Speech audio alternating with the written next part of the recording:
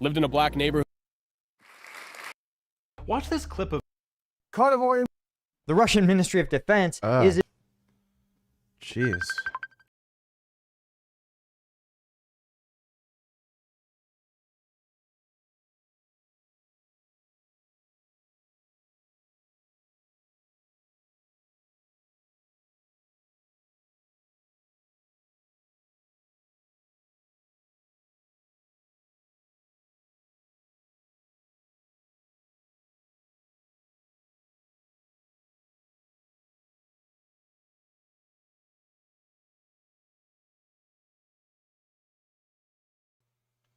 Okay. Yeah, my buddy literally just called me, telling me Tate lost the fight via decision. Look guys, yes, I know. The phrase "this is literally 1984" at this point might be one of the most overused and corny phrases you can ever say on the internet. Because people just misuse it and they call any type of restriction 1984. Like, oh my god, how come my comments saying that women do not deserve any human rights and also don't deserve to vote get deleted? What about my free speech? This is literally 1984.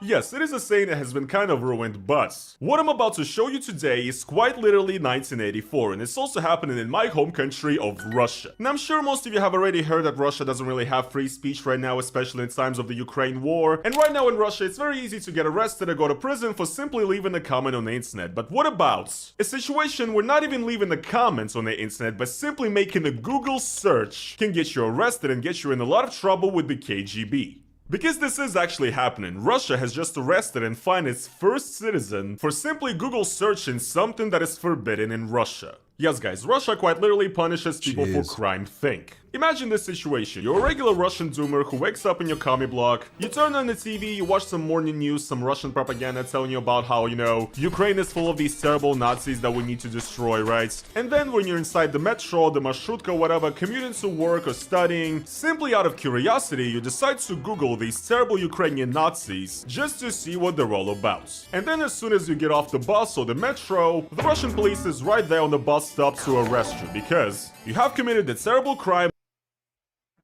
Dodo donated $2. Let me see, Dodo. What am I drinking? It's a blueberry smoothie.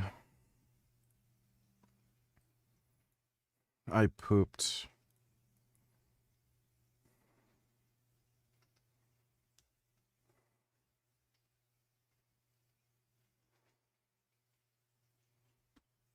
Listen, I want everybody to know right now, this is the hardest guy I've ever fought in my life. This is Cobra, this is top G. I have all the respect in the world for this man.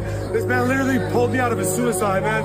I was gonna kill myself after that first fight. And this man worked every single day on his podcast, put me in fight, do that shit, man. I don't care what anybody says about this guy, he's a fucking legend, man. Legend. Respect, brother. Thank you so much. Respect. Nice and gay. That's a little stupid, knowing what he's to say, knowing what he's kind of guilty of. Thanks for the donation though, Dodo.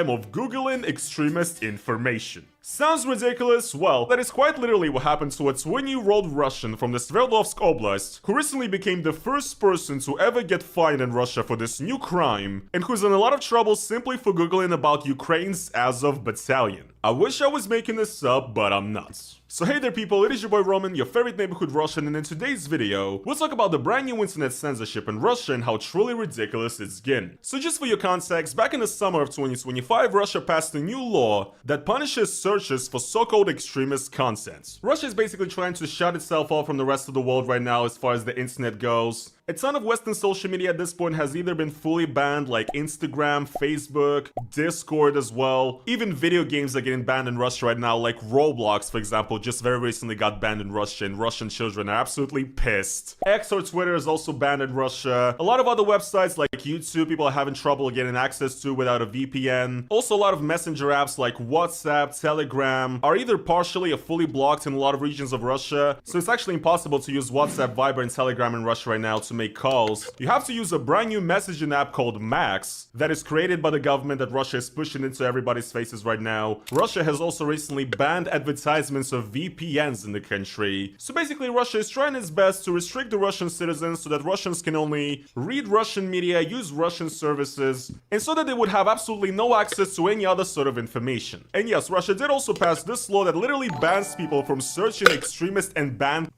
Where have you been? It's so late. I guessing that shopping trip to longer than you thought. Well, I got back at like, I think around 4:30 or 5. But I just kind of got tired and I needed some extra sleep. So that's what happens. Also, I fucked up my neck somehow. I think I slept on my, I slept in a weird position. My neck is just fucking annoying me. Thanks for the donation though, Dodo. Content on the internet. Just for the record, by the way, in Russia right now, the LGBT movement, for example, is considered to be an extremist and terrorist organization. So is the company Meta. For example, Russia literally considers Facebook and Instagram to be extremist terrorist social networks. And also, for example, Alexei Navalny, the anti-Putin critic who criticized corruption in Russia, he's also considered a terrorist and extremist, and so is his entire organization, right? And now in Russia, if you do an internet search about any of these things, and also about 5,000 more things, because the Russian list of extremist and banned materials has over 5,000 entries as I'm recording this video. Not even if you support them, not even if you post these things. Simply Googling for these things in itself is now a crime. So here's what happens. By the way, this right here is an article on a pro-Russian governmental media website, and even they realize how truly insane this is, because even they are criticizing the law basically. And what's funny is that this law is so bad that even pro-Russian media cannot report this in any nice way. A 20-year-old resident of the city of Kamensk-Uralsky in the Sverdlovsk region has become the first Russian citizen that has been fined for searching for extremist materials. An unidentified person has reported to the police about this crime. Also, is this truly the final stream? Is time as the title says VG? I think the lottery draw is in...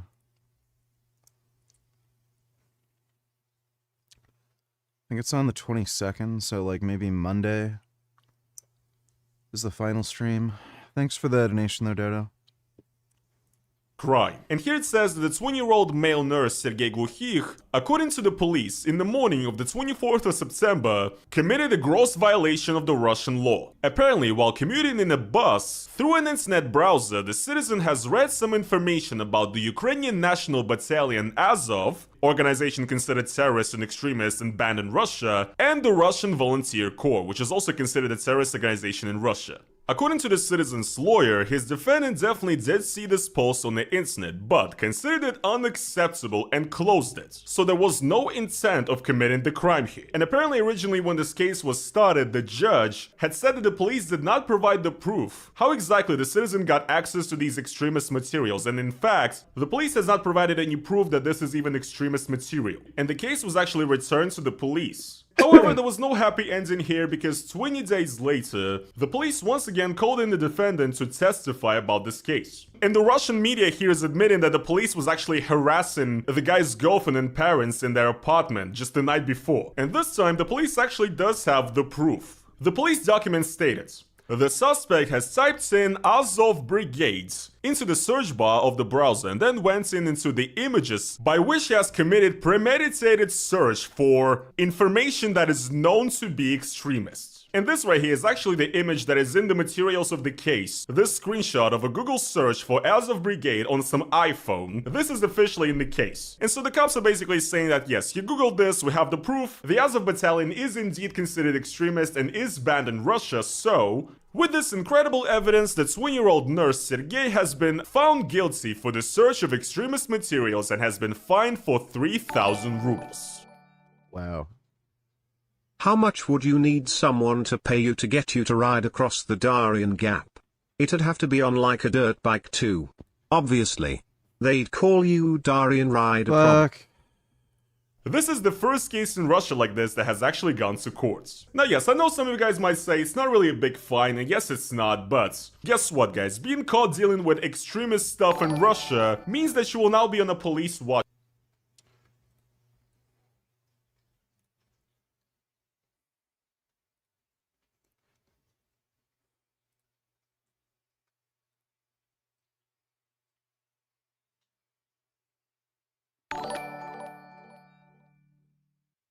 Okay, in other news, the Young Turks can't seem to understand why parents have a problem with their kids voting for Mamdani. What No! does it feel like to be a Get off!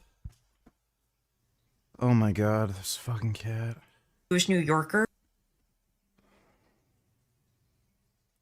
who realizes their own kid voted for Zohran Mamdani? One mom told me she worries her kid was, quote, brainwashed. Another was so concerned about her daughter voting for Zohran that when she flew to see her at Northwestern University, she took along her absentee ballot so she could supervise the vote.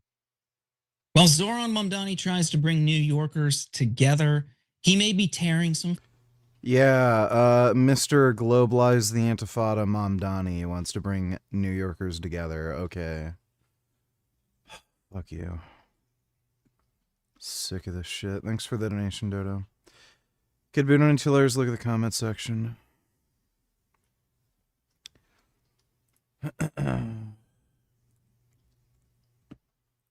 My own bills. They're your fucking bills. You're supposed to pay them. You don't see any man walking around, oh, I'll pay my own.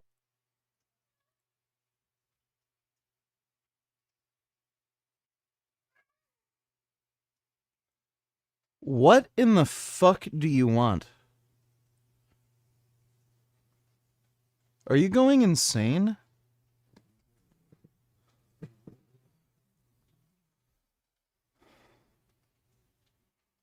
I don't know what I'm supposed to read here. Dodo donate $2. Black women everywhere are the same. Let me see.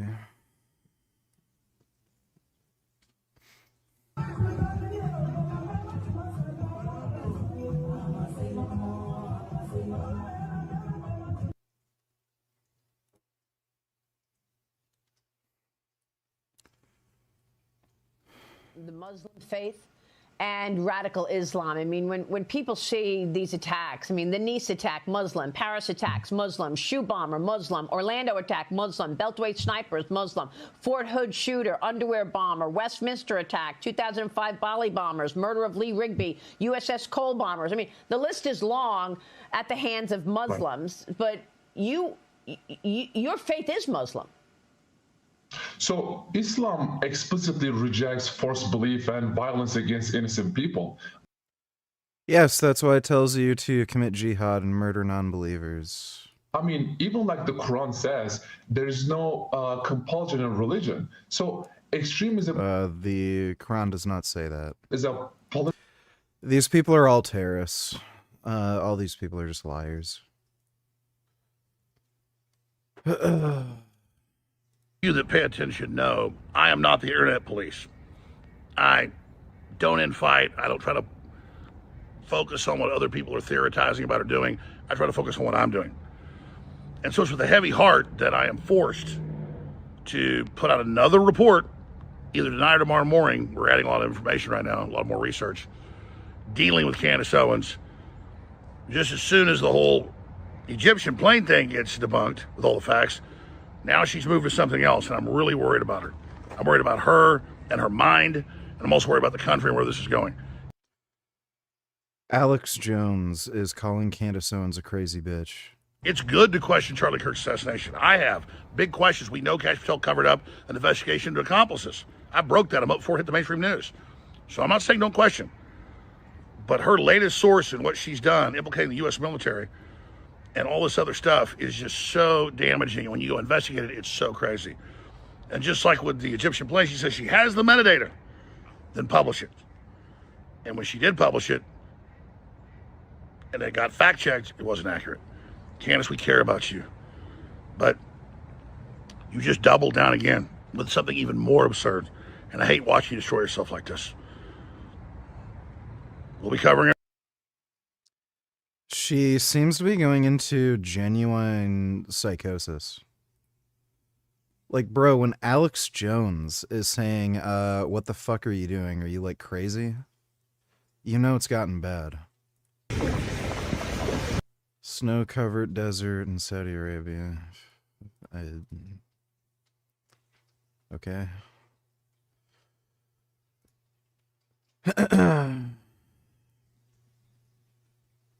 Video unavailable. Thanks for the donation, though, Dodo. JP donated $2. Let me see.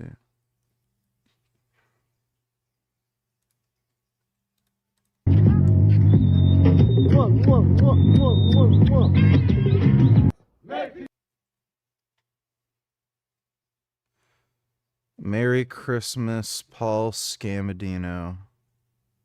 Tell us the truth about the organs plus RO water.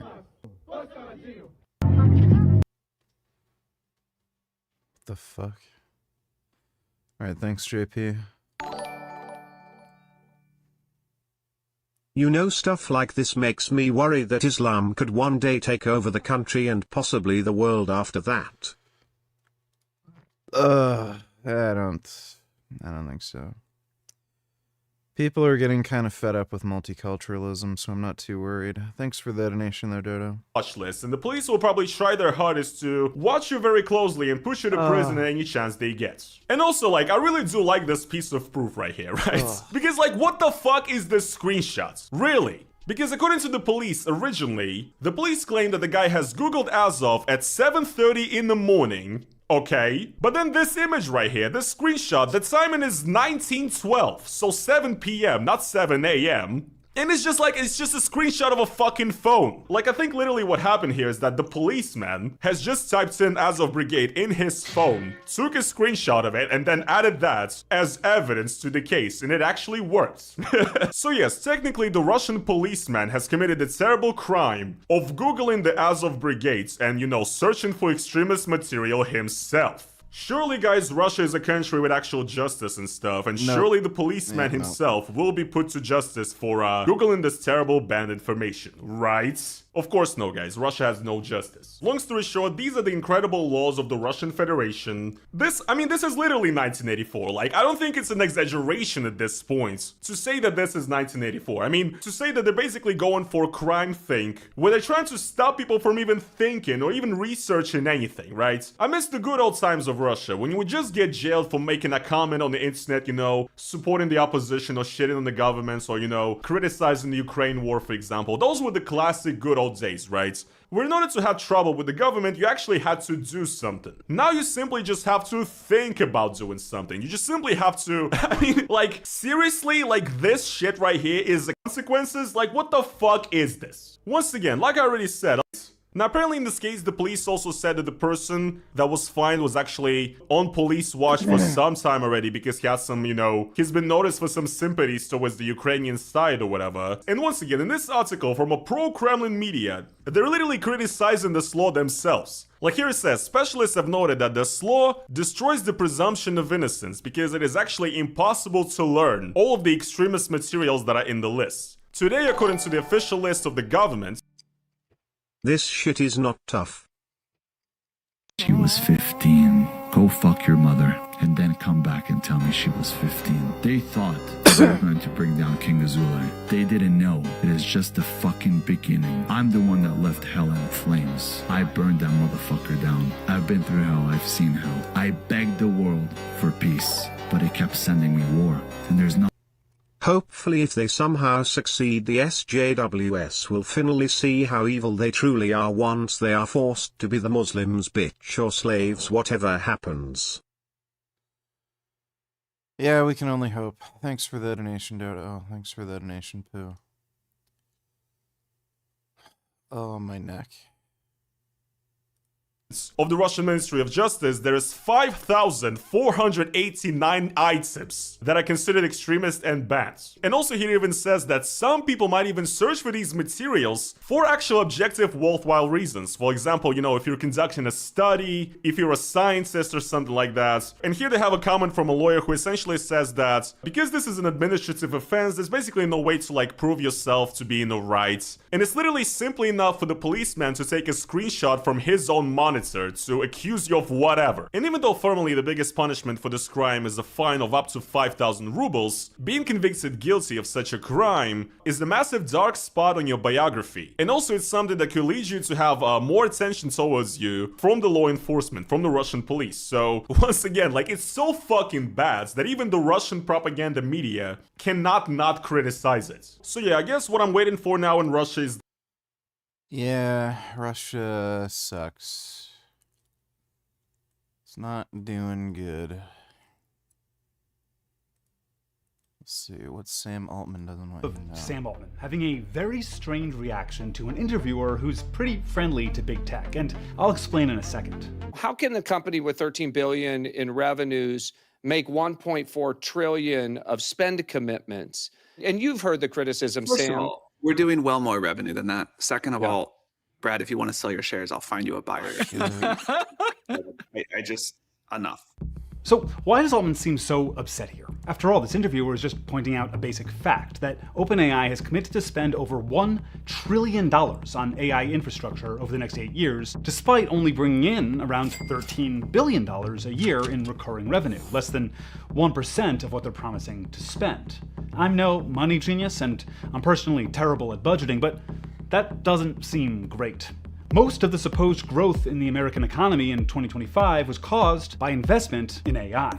That's all part of a promise being made by the industry, led by Sam Altman, that once a certain level of machine learning intelligence is reached, all of our problems will be solved. The housing crisis, cancer, poverty, climate change, mental health, democracy, universal basic income, cure a bunch of diseases, this cancer and that one, and heart disease. Helping you try to accomplish your goals and be your best. Very high quality healthcare, important new scientific discoveries. The marginal cost of energy are going to trend rapidly towards zero. The more equal world. Universal extreme wealth for everybody. In exchange for all that, Altman is asking all of society to put all of our eggs, our data, our economy, our water and resources, everything, into one basket. His. He's offering us one massive just trust me, bro. So, should we trust Altman? Dodo, Nuclear's really CBS News link doesn't work for you. This one better work. Video unavailable. Authorities seek a motive in Brown University MIT professor shootings. I don't know why some of these things are region locked. It's really strange.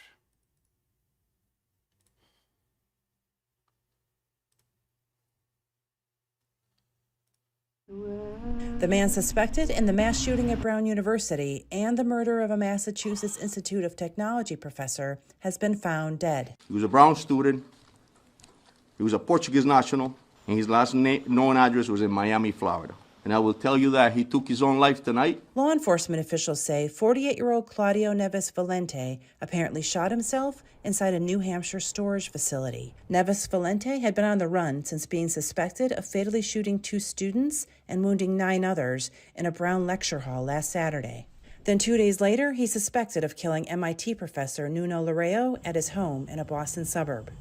A Massachusetts U.S. attorney says the suspect and the professor attended the same academic program in Portugal between 1995 and 2000. My understanding is that they did know each other. Portugal's top diplomat said Friday that the government was taken aback by revelations that a Portuguese man is the main suspect. As far as After autopsy results released today confirmed that the suspect in the shooting of 2 Brown University students and the killing of an MIT professor died by suicide from a gunshot wound to the head. Yeah, no shit. Let's see, what's this? I'm at a hotel and I would really like breakfast. And I've never called the hotel or asked for room service before, but I think that I can. Oh my god. Fucking retarded. Love Jewish bakery in Sydney to shut down forever. Apparently it's not safe to have a Jewish bakery in Australia anymore under this government. Yeah. Ceaseless anti-Semitic harassment, vandalism, intimidation, and obviously the police do nothing about it. Yep. Sounds about right. Liberals. Kanye Owens. Jews enslaved black people. You can say sorry or you can just shut the fuck up about it. Aaron Lopez. Yeah, that's definitely a Jewish name. Lopez. What a fucktard. Oh my god, dude. Thanks for the donation, Dodo. SV donated 666. Tonight's not about you. No, tonight is about one very special man. Tonight, by the way, what you're only doing him when he's got you can only do it with the cigar voice later on. That is not true. I could do the young Michael Caine talking like that, but I could also do the Batman Michael Caine. But you can't do the emotional Michael Caine. His voice. I can be a lot more emotional.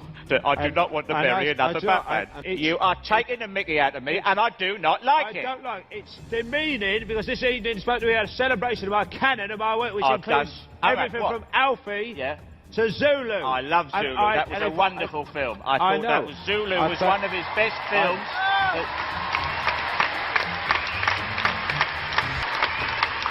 You're funny men, but you're out of shape. Alright, thanks for the donation, SV. And the SJWS will try to call this mass shooter a freedom fighter discassuting. Yeah, something like that. Like, they're just fucking psychotic, dude. And all these retarded liberal cuck governments, just let them do whatever the fuck they want, and then when a mass shooting happens, oh my god, it's so tragic, how could this happen, even though they enable these people. It's fucking pathetic. Thanks for the donation, Dodo.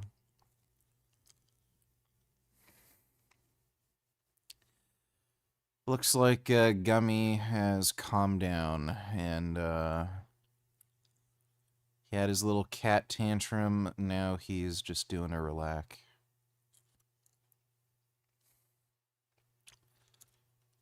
Oh, she just kitty? That's a good cat. It's a very good cat. It's a big potato. It's my big fuzzy cat potato. After a nearly week-long manhunt that left the nation on edge, police have identified the shooting suspect who killed 2 Brown University students and an MIT professor. Authorities were able to follow his trail thanks to the help of a homeless hero who provided them with key information, which led them to a storage facility in Salem, New Hampshire. There, they found 48-year-old Claudio Neves Valente dead from a self-inflicted gunshot wound. So who was this demented person who reportedly barked like a dog while he opened fire on his victims? Here's everything you need to know. On Saturday, December 13th, a crazed gunman dressed in black stormed an engineering building at Brown University, killing 2 people and injuring 9 others. In a rampage which left the campus in a panic, a sophomore, Ella Cook, and a freshman, Mohammed Aziz Umerzakov, were named as the victims who lost their lives in the horrific massacre. The killer managed to escape police and remained at large. The Ivy League campus and parts of the Rhode Island capital of Providence were left under lockdown and in a state of terror as a desperate manhunt was underway. Nothing was known about the shooter, whom police have since revealed made a disturbing sound during the massacre. Some witnesses said he said nothing. There are some that say he made a barking noise. Don't ask me. I don't know why. And that's it. There is no other spoken word beyond that that we are aware of. Then on Monday, December 15th, an MIT nuclear science Who donates $2? Floyd violates Togi.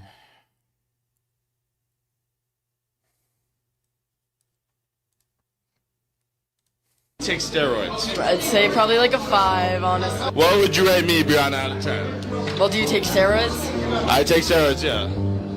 Okay, I mean, you look natural.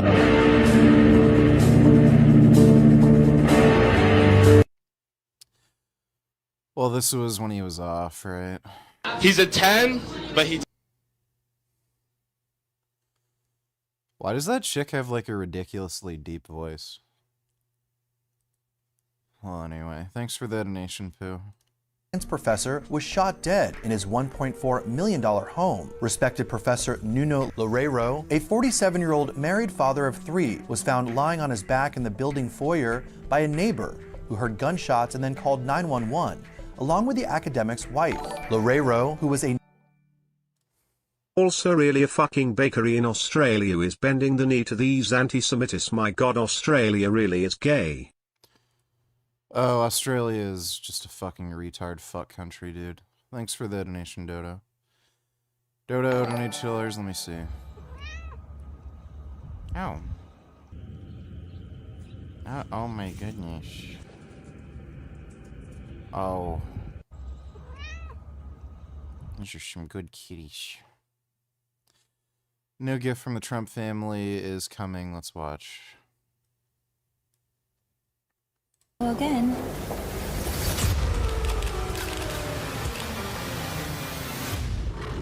Melania? Oh my god.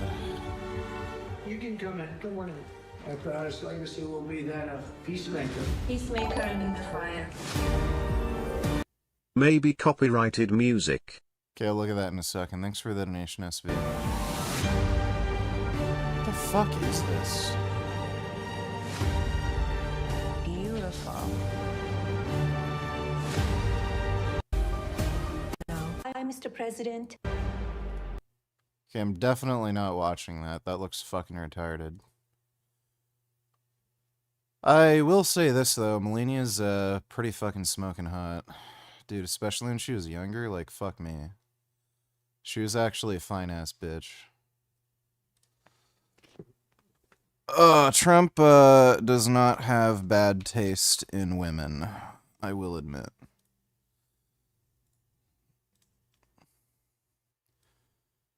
Pretty hilarious how just having money, basically, just can compensate for about anything. It's funny how, like, shallow and vapid so many women are that they date, like, a complete fucking ugly idiot jackass just because he has money. But, yeah, Melina was pretty fucking smoking hot, dude. Alright, let me see, SV. I don't think you realize how small Gumbus is. Oh, Gumbish. Here is Gumbus next to things. Chair. Oh, Gumbish is small. The ghost in the corner. The Gumbus water bottle. Oh, I like Gumbish. He looks like a Gumbish. The sardine pillow. Tim. You know, Geetus would also be a pretty good name for him. But he is a bit more of a Gumbish.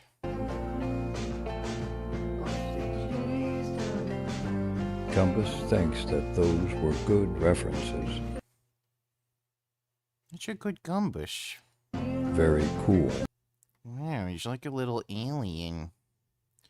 What kind of cat is that? I don't... She's got big, weird bug eyes. What a weirdo. Thanks for the donation, SV. Read first comment after you watch first part. Jeffrey needs a dopamine detox more than anyone else. He doesn't even know porn is bad for him. You probably know loads of guys like Jeffrey, oblivious to the... Porn is not bad for you. I was just watching an Asian girl getting pissed on, and I feel much better after that. damage they're doing to their futures, scrolling away their lives, and worst of all, these guys talk shit about you and you try to improve your life.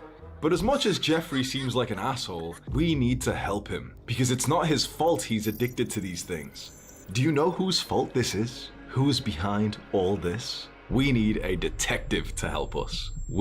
Is he gonna say the Jews? We need Adonis.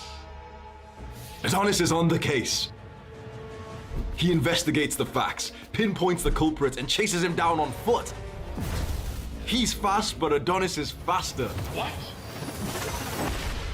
He can fight, but Adonis is stronger. Stop! I give up! Finally, Adonis slowly pulls off the culprit's mask. Mark Zuckerberg? It was him harvesting. How in the ever-loving fuck could Mark Zuckerberg be responsible for people watching porn? Jeffrey's life energy all this time? Him and all of the software developer nerds and industry titans optimizing their algorithms.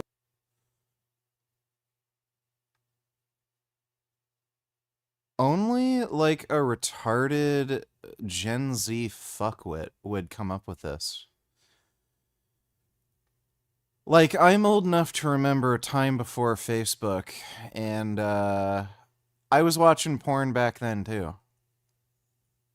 Like, guess what? X videos, X hamster, Pornhub, that was around before Facebook.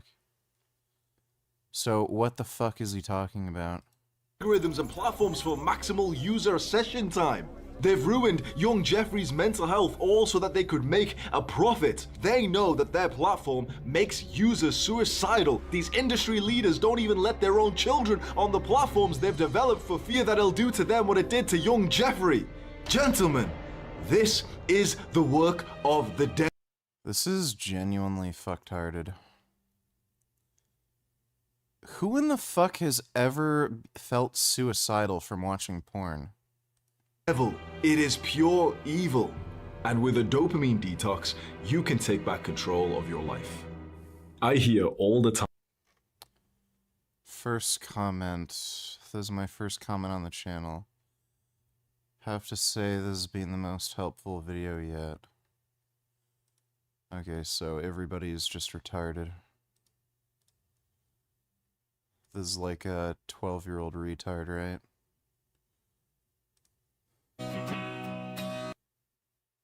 Oh Jeffrey God. needs a... This is the guy who left the comment. Life is a game. If you don't play... So, yeah, they're just retards. Thanks for the donation, Dodo.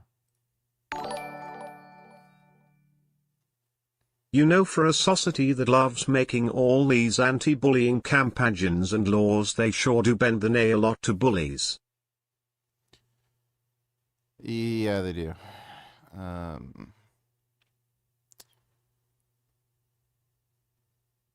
Rules are for fools. So save your stupid rules for some fools who need some schooling. Thanks for the donation, Dodo. Also be careful, VG, some SJWS might try cancel you for what you say about woman. I don't know what their problem would be. I love bitches. Thanks for the donation, Dodo.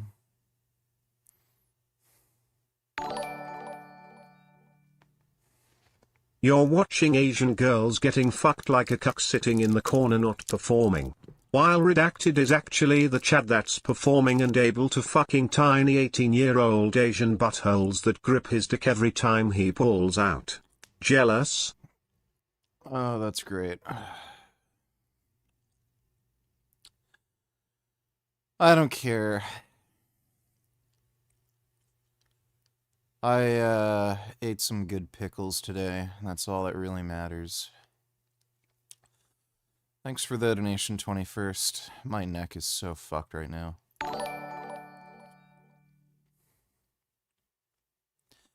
Fartmaxer $22 reacts to Brett Cooper's video on him. Only 9 minutes, kind of meant to you.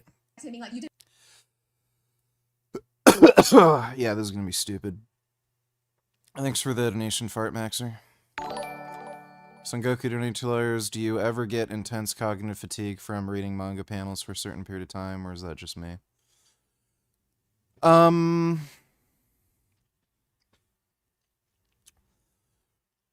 If something isn't particularly well written, yeah, I absolutely can get cognitive fatigue because you have to, like, put so much mental effort into trying to decode what is actually being said. I've been able to spend, like, literally all day, though, reading Berserk or reading Gantz.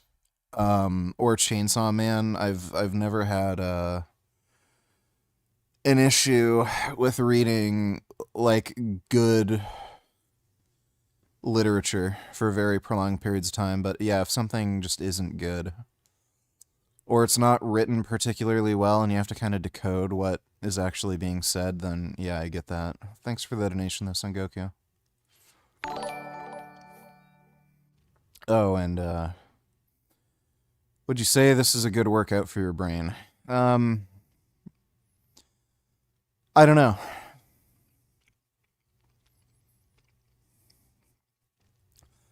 Yeah, I don't know if I could say either way.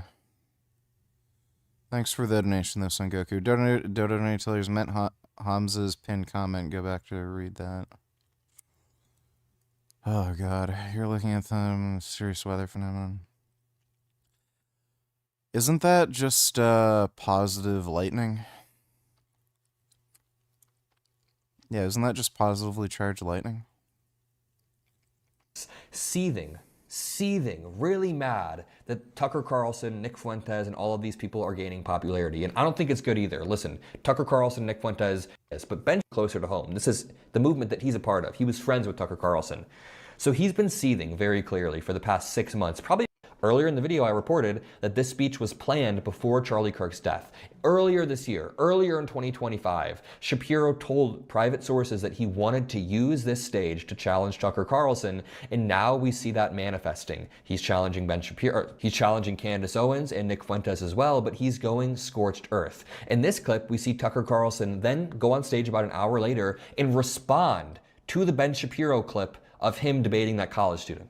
To question your motives, actually. Why can't you answer the question? Why can't you answer that question? Why do you have to imply that some college kid is like some kind of Hitlerite or something because he's asking about an event? Like, what? By the way, it is okay to ask questions. And I thought that was like the whole reason we were against the left. They're not going to force you to get up there and make ritual denunciations because this isn't my religion, it's politics. I genuinely hate this dishonest scumbag. First of all, Ben Shapiro wasn't just implying that this random college student was a Hitlerite, Hitler youth. The college student asked the question directly from the Nick Fuentes far-right conspiracy. Secondly, Tucker Carlson does the thing that I just called out, where he says, we're just asking questions, but that's not. Yeah. Seething. Wait, I already clicked that link.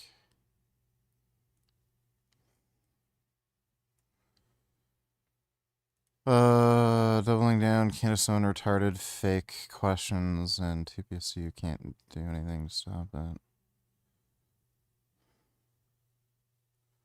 It was fine. Again, I don't think Israel had anything to do with it, but why did I have an obligation to stop Candace from asking those questions? I did. Are you kidding me? And I didn't call her out because I favored her asking them. Yeah. So we're just gonna promote anti-Semitism now. Period when Putin was still winning somewhat free elections. And then so if you look at why Russia's economy recovers and why Putin is so popular, from 2000 to 2008, oil goes from $10 a barrel to $140 a barrel. And this goes to your point about we give credit or blame to political leaders for often what are just long-run macro trends. Well, what I didn't cover is when the Soviet Union collapses, Russian living standards implode, and it's a mess for 20 years. It is just unbelievably difficult. Oh, and another piece of the brilliant Soviet management in order to maintain control over the empire. Instead of building things all in a place, you'd build some plane parts here, some plane parts there, some plane parts all over the empire. So when the empire goes, great, I've got a quarter of a plane, and then, where do I get the other parts? So when Putin suddenly has a lot of money, and then he starts spending it on people, because initially there's plenty of money, Russian standard of livings do go up. And so of course they like him, and they give him credit for all of that. But then that runs its course, right? It's his mindset anyway. When you get more money, you want to get the empire back. And then Russians also like that. All right. Thanks for the donation, Dodo. BTW, not like they haven't already tried like Darren Chang, right? Tried what? I'm not understanding. Jeffrey needs. Thanks for the donation though, Dodo. I'm still on a dopamine detox, so I've asked my team to post this for me. Yeah, okay. I just want to let you know how much work I put into these full guides. I literally spend 1 to 2 weeks getting all the points down. Then I record full guide over multiple days. He did not... He clearly did not record this over multiple days. So you can look at the light there. So this is maybe over the course of an hour or two. So, yeah, no. Yeah, just loser. He just lies constantly. One of these days you're gonna stumble across a video of redacted fucking Michelle's tiny Asian butthole. Given that he makes porn with her, that is fairly likely Lamau. You're gonna jerk off to it like a little cuck and then realize who it is when he speaks. That's great. Thanks for the donation, dude. Same's Jeff, Iron 217, try not to cringe. Imagine if there was a supplement, a hack. Oh, that's gonna be great. Probably the dumbest quote-unquote fitness YouTuber on the platform right now. He may, in fact, be dumber than natural hypertrophy. But we'll watch that. Thanks for the donation, dude. SV donates 666. Oh, Gumbish again. Bus wonders. Yeah, that cat, I think, doesn't have teeth. He just has gums. Maybe that's why he's called Gumbus. Must she always bite the hand that feeds her? The hand is very nice, but the hand also takes her to the vet and makes her eat medicine. That is so rude. And if Gumbus does not bite the hand, then how will the hen know that she is the biggest, strongest girl with the biggest, sharpest teeth? Gumbus thinks that another hand would feed her if she did bite the hand. Gummy bites, and he bites for, like, literally no reason sometimes. I was trying to charge my phone, and it's like literally just plugging in the USB cable, and then Gummy just bit my arm for no reason. But Gumbus would miss the hand. Gumbus loves the hand. Maybe it is okay to bite the hand sometimes. Very cool.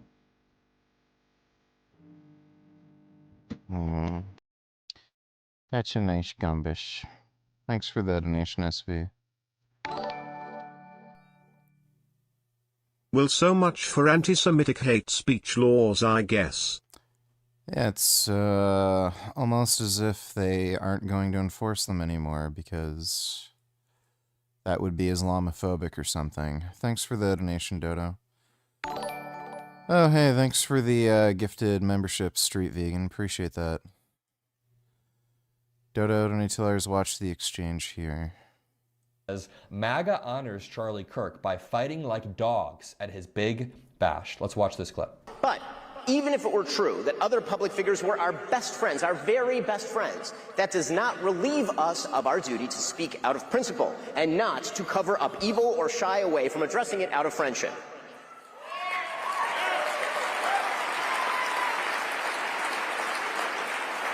So no, Tucker Carlson, it is not an excuse to go silent on Candace's targeting of TPUSA.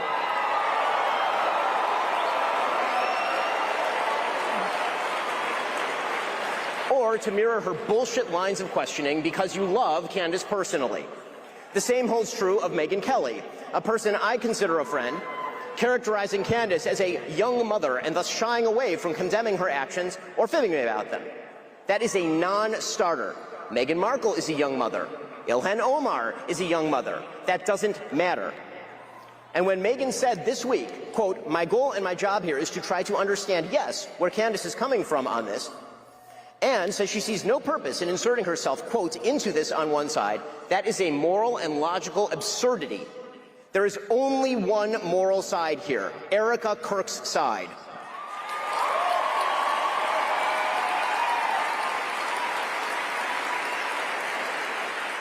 You know, the side of the widow with 2 children, whose husband was shot live on camera in front of all of us. Friendship with the person. Erica Kirk is just a fucking crazy bitch. You know, I do have at least some respect for Ben. Like, he may, who knows, he may be more motivated over this just affecting him personally because he's Jewish, but like at least he's not playing the game they're playing. Like, that is just obviously way worse. Rainbow popcorn.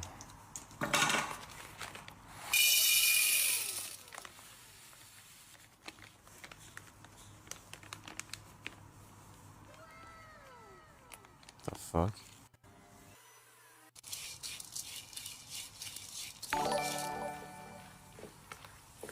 Have you heard of Not Dear?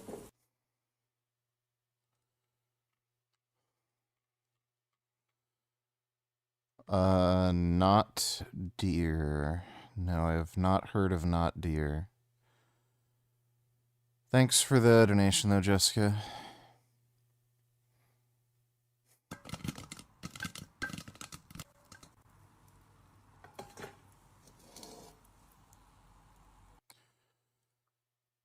Why does that seem fake to me? So, like, how would... This is fake. How would each of these popcorn things be a different color if there's just this random shit sprinkled around? That's... Yeah, and it says color added separately, so this is just fake.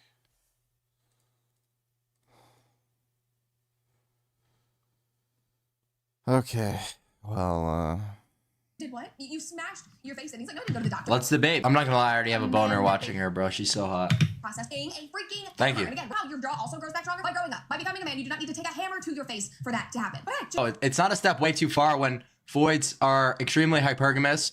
They're only getting with the top 5% of men. That's fucking too far. How about a little bit of accountability here? Gender being the worst people ever, right? How about that? Where's the accountability when the OkCupid dating results indicate that if you're not in the top 80th percentile, really, you might as well yourself, according to women. All right, that's all the clips. Let's watch this bullshit. Hey, Brett, why the heck are you making me watch a video of a 20-something-year-old Instagram model? 19! like, women are literally fucking insane. That is not something that you can deny. Literally, all these fucking chicks are, like, complaining that oh, why can't a man stick around? Why do they always cheat on me? And then they're going on OkCupid and having casual hookups with, yeah, the top like 20% of dudes on the website. Sometimes it's like the top 5%. And they're just getting like fucking pumped and dumped because these dudes just want to like get laid. And then like they're literally children. Like, it can't be overstated. There are so many fucking women who are cognitively not adults. They have no fucking critical thinking skills, no self-awareness. All they think, like, everything they do is just emotionally driven, and it's just so bizarre. I don't know how the fuck you can go through life living like that. It's like nobody raised them. Jezdica donated $2. Legend or lie number 113. Not deer. In the Appalachia area, people keep seeing deer, only they're not deer. While at first glance they appear to be the normal Bambis of the forest, it becomes evident very quickly something is wrong with these. Yeah, this is Appalachia, so these people are either doing crystal meth or alcohol or both, and they're just seeing weird shit. Not deer. They have eyes on the front of their head like a predator, double-jointed limbs, and have even been known to walk on their hind legs. Worst of all, these creatures are not skittish around humans at all, and have even been known to be aggressive, chasing people up trees. Many people go missing in the Appalachian Mountains. Could these not deer be one of the reasons? Yeah, I've never heard of this, but yeah. If this is like an Appalachian thing, they're doing alcohol and or crystal meth, and they're just seeing weird shit. Thanks for the donation, though.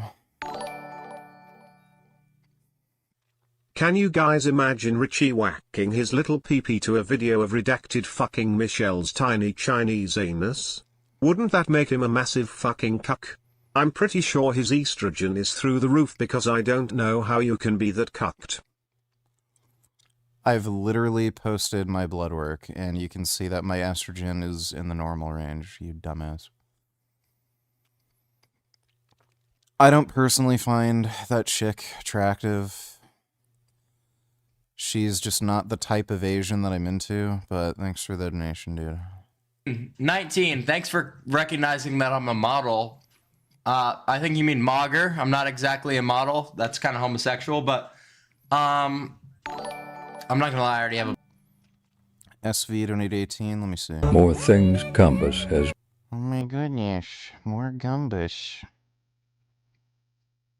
...been compared to American Mall Outlet. Old lady sneezing. Slightly disturbed kid fridge art cat. Wet cat but dry. Coat. Oh. Sea glass eyes. Oh. Car. He is very car-like. Pretty dressed lady. Just look like a pretty dressed lady. Oatmeal. He is a lot like oatmeal. Fruit bat. He is a bit like a fruit bat. Very cool. More things. He's very cool. Thanks for the donation, SV. Once again, be careful. VGSJWS might try to cancel you for saying that women have no thinking skills and will forever be children. Yeah, well, they can suck my dick. If they want to prove how smart and mature they are, they can suck my dick. Thanks for the donation, Dodo. Nigga, look how many egg followers she has. How did Redacted score a girl like that? Okay. Well, she's obviously fucking stupid. Like, she's... I can guarantee you her parents have, like, disowned her, and she's, like, an Asian that their parents are like, yeah, you're stupid. She's just a stupid Asian who's a disappointment to her parents. Like, that's all there is to it. So, thanks for the donation, dude. Jessica, donate $2, funny or not. This is gonna be just fucking stupid. I already know this is gonna be fucking stupid.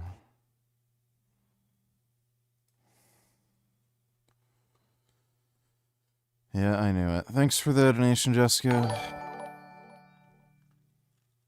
Speaking of fruit bats, isn't that what Redacted's ex-girlfriend Banana Bitch, as you call her, used to refer to as her YouTube audience?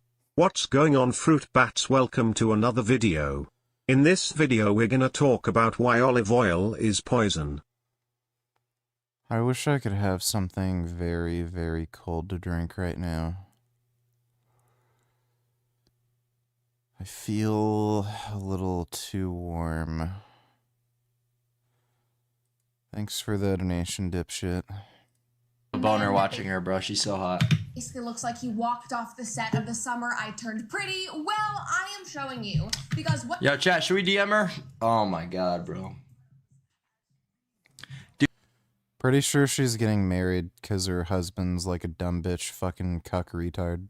Dude, I was about to go take a piss, but now that I got this fucking boner, it would just go all over the wall and shit. What this man is showing young people, what he is teaching them how to do, has got to be one of the most dangerous trends on the internet right now. Before we dive into that, though, make sure that you like this video, subscribe to the channel, to confidential.com if you want to get finally maxing community on TikTok. And looks maxing is guys, usually guys, trying to maximize their attractiveness or maximize their looks. The most dangerous trend, wanting to be good looking. So fucking dangerous, bitch. It is basically glowing up, as the girls say, but for guys. And here are a couple Ascending, ho.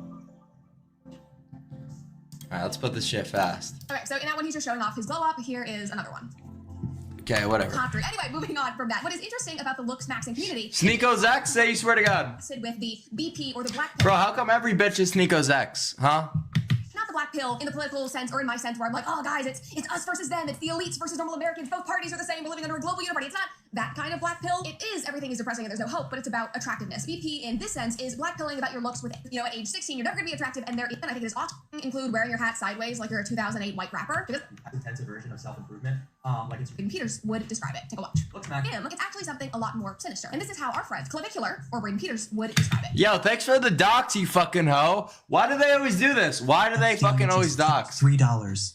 Clav, do you think your looks halo you enough to become the next Diddy and just rape everyone? What? What? Self-improvement. I don't know why she doxed me. Why the fuck did she dox me? Steroids, whether that be peptides, plastic surgery. Okay, does looks maxing include wearing your hat sideways like you're a 2008 white rapper? Because I don't think so. Yeah, it does, nigga. Sorry, that was a low blow. I'm admitting that. I'm gonna rein myself in. That was a low Kenny blow. Slater, thanks for the sub. What he is describing in this video is something that he is now known for, and it is called hard maxing, or that is the extreme side of looks maxing, where men— Jessica, donate $2. Yeah, that's great. Thanks for the donation. Watching your videos got me hard maxing, honey. Believe me. She's fucking hot. And in my mind, I'm like, okay, you want to be hot, fine, go for it, do what you want to do. But it also is darker than that, because these communities, these influencers online, like Clavicular, are pushing this idea that men's value as a person, i.e., their success, their dating options, their social status, is solely based on their appearance, and that they need to do whatever it takes to change that. That they need to take extreme measures. Chat, what do you rate her? What do you rate her? Move themselves up in the attractiveness ranks. And this trend on social media is really picking up steam. There have been a lot of articles written about it recently. The Guardian wrote, men are rated, this is in this kind of looks maxing community, Men are rated from being PSL gods, exceptionally attractive. Scarlett just tipped $5. I miss you, YK. We're home at. Scale by process being a freaking Thank you. And again, we're gonna get into this because it is so insane. And before you guys come at me, because I know that this always happens, before you come at me and you're like, Brett, stop attacking men. Men need to do whatever they need to do. Like, leave us alone. Listen, I would say the same thing for women, because women do a lot of this insane stuff as well. The crazy diets, the plastic surgery, the buckle men are doing. My sphere. And he started, and 20, he has done things cosmetically, but I feel like a lot of this is just puberty. Like between the ages of 16, which is when he started, and 21st century tellers, why is redacted, growing a full ass beard? He looks like a homeless person like that, doesn't he? I didn't even notice. I don't know. Who cares? Thanks for the donation. 20, 22, It was just puberty, the classic cope. 24, your body changes. Men, you develop. Your face shape changes. Your jaw becomes more pronounced. You grow into your features. Puberty happens to all of us, and we look a lot better. Okay, dude, like, really? Oh, the puberty cope? Literally everyone who does this, like, glow-up transformation thing where their jaw becomes more pronounced, you know, their cheekbones and face widens, all of them, 100%, without fail. It's during the course of puberty. They go from, like, they show their before pictures when they're, like, 14, and then they show their after picture when they're, like, 19, 20. So, yeah, it's, like, it's clearly, obviously, puberty. Same thing with androgenic. He shows, like, photos of himself when he was, like, 14, and then he talks about fucking bone smashing and shit. And then he shows fucking photos of himself when he's, like, fucking, like, around 20 years old. You're telling me it's not puberty? Literally everyone shows pictures, like, during and then after puberty. It is clearly fucking puberty. Better later, like A lot of the results are post-puberty.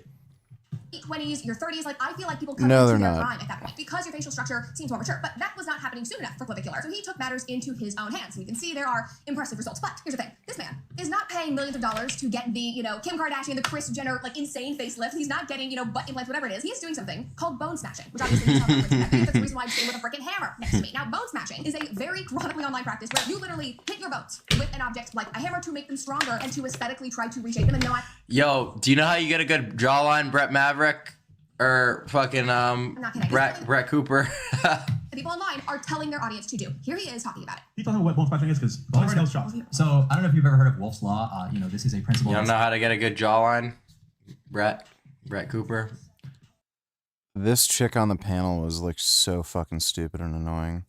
By sucking me off. States that if you create microfractures to a bone, it's actually going to grow back stronger. So you're inducing Madison bone smashing, Beer whether it be with a just hammer, tipped with a fist, $3. either or. Hey, Daddy, can I get under the desk? Like, this explanation makes absolutely no sense because when you hit a bone repeatedly, like, you know, with kickboxers, it's going to be like their shins or elbows. It increases the bone mineral density. The bone doesn't get, like, physically larger and protrude and shit. It just, the density increases. Say, like, the same thing happens if you gain weight or if you lift weights. That stress on the bone increases bone mineral density, but your bone doesn't, like, literally start growing. Masculine chiseled face. That's real. Okay, yeah, bone smash. Yes. You smashed your face in, and what'd you do after? Like, you went to the doctor and they reconstructed you, or? No. So it's just small microfractures and the bone grows back stronger. Easy. Okay, I usually do not think that the women on Fresh and Fit really add much value to the world, but they're adding a lot of value to my life right now with their facial expressions. Like, this woman sitting next to him being like, you did what? You smashed your face in. He's like, no, I didn't go to the doctor. Let's debate, bitch. Or just made tiny micro fragments. It's Wolf's Law, whatever it is. My jaw's growing back stronger. You know how your jaw also grows back stronger? By growing up. By becoming a man, you do not need to take a hammer to your face for that to happen. But yeah, it's just little micro fractures, nothing to it. Like, I'm sorry, but no. I know I'm laughing about all of this, but this is just a step way too far. Like, we're not going to be doing this. We're not going to normalize this. No, it's not a step way too far. Kid Bear donated $2. Let me see. Yeah, I'm 10 years out, 4 years old. Gave it my all, but he's tough. I don't know what to say. He's really tough. Congratulations to him. Do you think we'll be able to see you in here again? Yeah, I'm going to have to go back, watch the fight, make a decision, but Chase deserves this win. I'm really happy for him, genuinely. Do you have a message to all the You know, props to Andrew Tate. Like he did lose by decision, so like he actually fought. Fans back home that are watching you. Like he did actually fight a kickboxing pro, so It's better to try and lose than not try at all. Thank you very much. yeah, I gotta watch the fight and see exactly how he did. He was never a particularly good kickboxer. He had a really strange style, especially for kickboxing. And one of his biggest problems was he would eat shots to try to get an opportunity for a counter. So if he's going up against somebody who is just really good and hits hard, and he tries that strategy, like, he's gonna get fucked up. Thanks for the donation, though, Kid Boo. Far when Foids are extremely hypergamous, they're only getting with the top 5% of men. That's fucking too far. How about a little bit of accountability here, Brett, for your own fucking gender being the worst people ever, right? How about that? Where's the accountability when the OkCupid dating results indicate that if you're not in the top 80th percentile, really, you might as well just self, according to women, right? So that's a step too far, bitch. How far women have taken Anonymous just tipped $3. Is jaw is law true? Would be telling young men to start taking hammers or fists to their faces. That is insane. If you are worried about your jaw, oh my god, try mouth tape. Get Invisalign. That helps. Gua sha. Like I will personally buy you one of the jaw exercisers if you are considering taking a. Bruh, I'll buy you one of the cope exercises. John08 just tipped $5. Play GTA with me, bro. You don't need to take a hammer to your face. You could like maybe go to the gym once a week, and you will be taking a huge step forward. Gua sha and go to the fucking gym once a week. Anonymous. Oh my god, bro. Hey, Clavicular, is it possible to cock max by smashing my hog with a hammer to increase my penis size? I'm currently 2 inches. For health, of course. For 3 days, I spammed a combination of Adderall and methamphetamine for appetite suppression, and I did a 3-day fast and stayed awake the entire time, and I lost 5 pounds. Okay. You did all of that to lose 5 pounds. Sorry, I cut him off. That was kind of the craziest thing I've done. It was pretty neurotoxic to be up that long, but thankfully we have, you know. All right, whatever. I can't take it. I can't take it. I can't take it with that bitch. Very invasive surgery to get there. Miner just tipped $3. Yo, Clav, can you? I take concentrates and mineral drops. What do you think? Has magnesium, chloride, and lithium and boron. I don't know what the fuck that is. Probably not worth it. I'd say just take a multivitamin. Can you call me a good girl while you gently pull on my koo-tang and giggle? DMer? Structure to get the same. Or a strategy that could change everything for you as a man. Increase muscle mass, increase energy and focus, burn fat, improve mood, and even make you more attractive to the opposite sex. That's the promise of raising testosterone. Men around the world are led to believe that simply increasing testosterone can solve all of their problems, turning them into physical. So we're already off with a straw man. No one's claiming increasing your testosterone will solve all your problems. Like, the claim isn't even that it will solve any problem. The claim is that it just makes you better. So testosterone increases energy, muscle mass, allows faster recovery, improves executive function, enhances mood, it's GABAergic,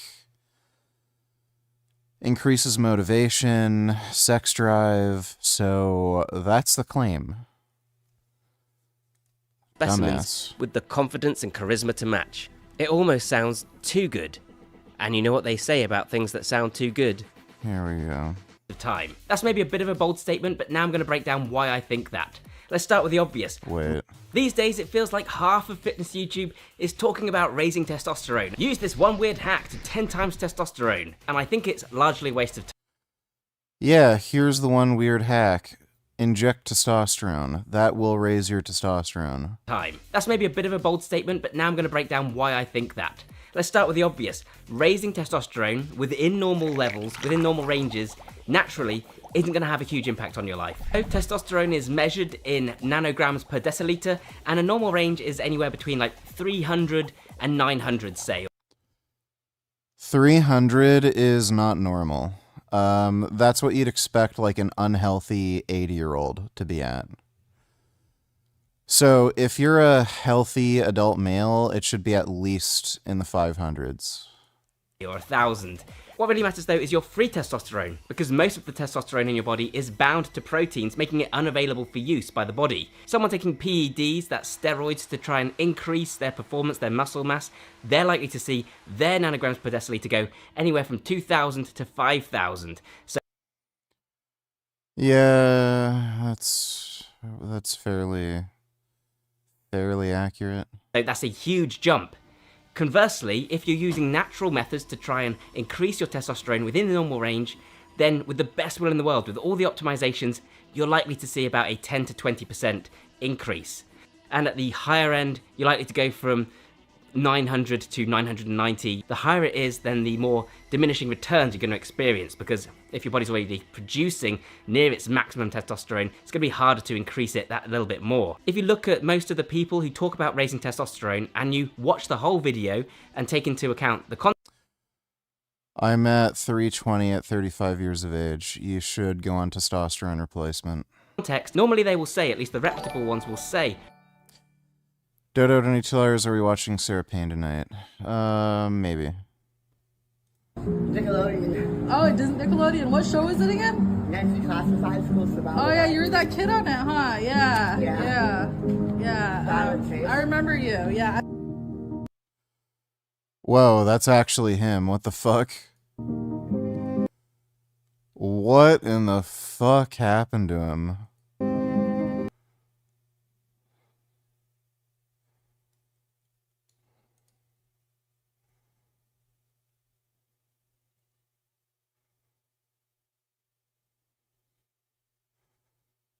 What in the fuck, dude? Jesus Christ. Thanks for the donation, Dodo. this isn't going to mean you pack on loads of muscle overnight. You're going to look at maybe a little bit of extra muscle, a little bit of weight loss, nothing major.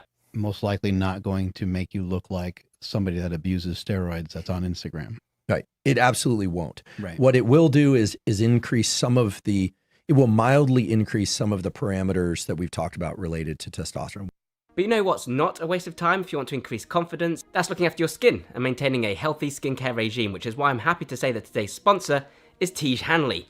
Tiege Hanley is a company... Holy fuck. This sponsor spot went from 2 minutes all the way to 8 minutes. He has a 6-minute ad in his video. Likewise, there's all this fuss about icing your balls, cold water exposure as a great way to boost testosterone. But as I explained in my video on cold showers, the studies that support this are actually focusing on men who had enlarged blood vessels in their genital region.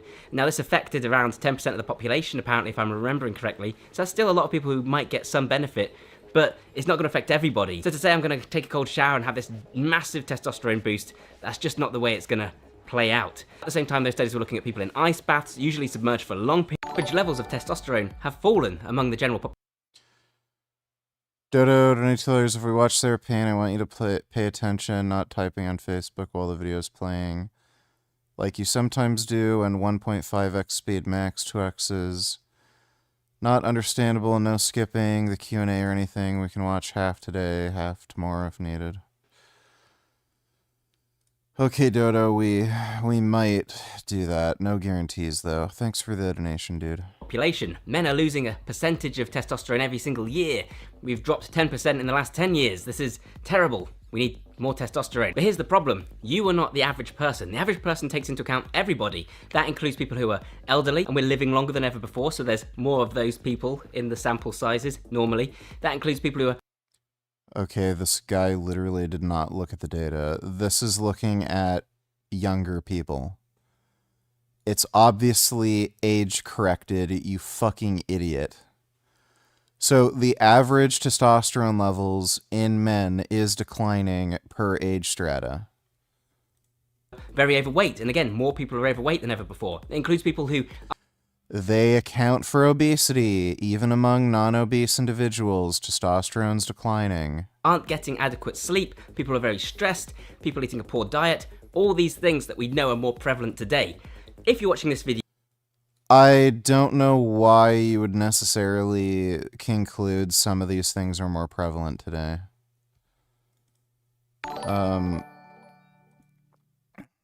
Oh Morton, what has Nickelodeon done to you? This is a prime example for why Nick must be stopped, along with hiring that pedo Dirty Dan Schneider. Yes, thanks for the donation, Dodo. And if you watch a lot of videos on boosting testosterone, chances are you go to the gym, eat really well, and try and optimize your sleep, which means you do not fall into that average demographic. That statistic doesn't apply to you. You've already boosted your testosterone back to the normal level. It probably is no different than it would have been 10 years ago. There's not some kind of conspiracy. They're not pumping the air full of estrogen as much as some people might like to tell you otherwise. So the decline in men's testosterone seems to be almost entirely environmental. Seems to be. So I don't know how he can conclude that. Again, the data indicates that it's environmental. There's nothing wrong with your testosterone. You don't need this stuff unless there is something wrong with your testosterone, because that is the other side of this. And of course, if you do fall into any of those categories, if your sleep is bad or you don't get any exercise, then those are the things you should be looking at. And not because you need more testosterone, that's missing the forest for the trees, simply because it's the right thing to do for your health in general. In this case, you're not unhealthy because your testosterone is low. Your testosterone is low because you're unhealthy. And you realize, both could be true? This can be a negative feedback loop? You shouldn't expect some herb to fix all those problems for you in the place of actual positive, healthy lifestyle changes. Nor should you blame your lack of a sex life on a plastic bottle you've been taking to work. Are they absolutely optimal for your health? Probably. So again, doing all these hacks, taking all these nutrients and supplements isn't going to suddenly boost your testosterone levels and help you to build tons of muscle, so you can take your balls out the freezer. But I actually think that a lot of people interested in increasing testosterone are not doing it for the muscle anyways. I might be way off base here, but I think a lot of people are more interested in becoming alpha. They think that boosting their testosterone is going to make them more aggressive, assertive, confident. It's going to give them loads of energy, going to make them attack the gym and wake up first thing in the morning. It does do those things. Doesn't necessarily make you more aggressive, but it certainly can make you more competitive, and it does... this is proven, it does improve executive function. So if you're somebody who kind of has issues with paralysis of analysis, and you're kind of high anxiety, and you worry about things, and you second guess yourself, and you're not sure what to do, you're one of these people who starts thinking, oh, what should I get on my pizza? Oh, I'll get olives. Actually, I don't know. Maybe the olives aren't that great. Maybe I'll get mushrooms instead. I don't know. Maybe I don't want pizza. Maybe I'll get something else. So testosterone will change the way you think, and it will improve executive function. So instead, you'll think, let's see, what is the most ideal meal to have right now? I like pizza. My favorite type of pizza is this pizza. I'll get this pizza because that's the pizza that I'm usually the most satisfied with. Bam, done. That's how it changes your mindset. With a raging hard-on, ready to take on the world, women are going to fall at their feet and men are going to want to be them. Unfortunately, again, that's not how it's going to play out. Just as with the muscle, you're not increasing your testosterone enough here to see any major differences to your personality, etc. At the same time, there's nothing to say that more testosterone always equals better mood, and a lot of people... More testosterone always, without fail, leads to better mood. That is indisputable.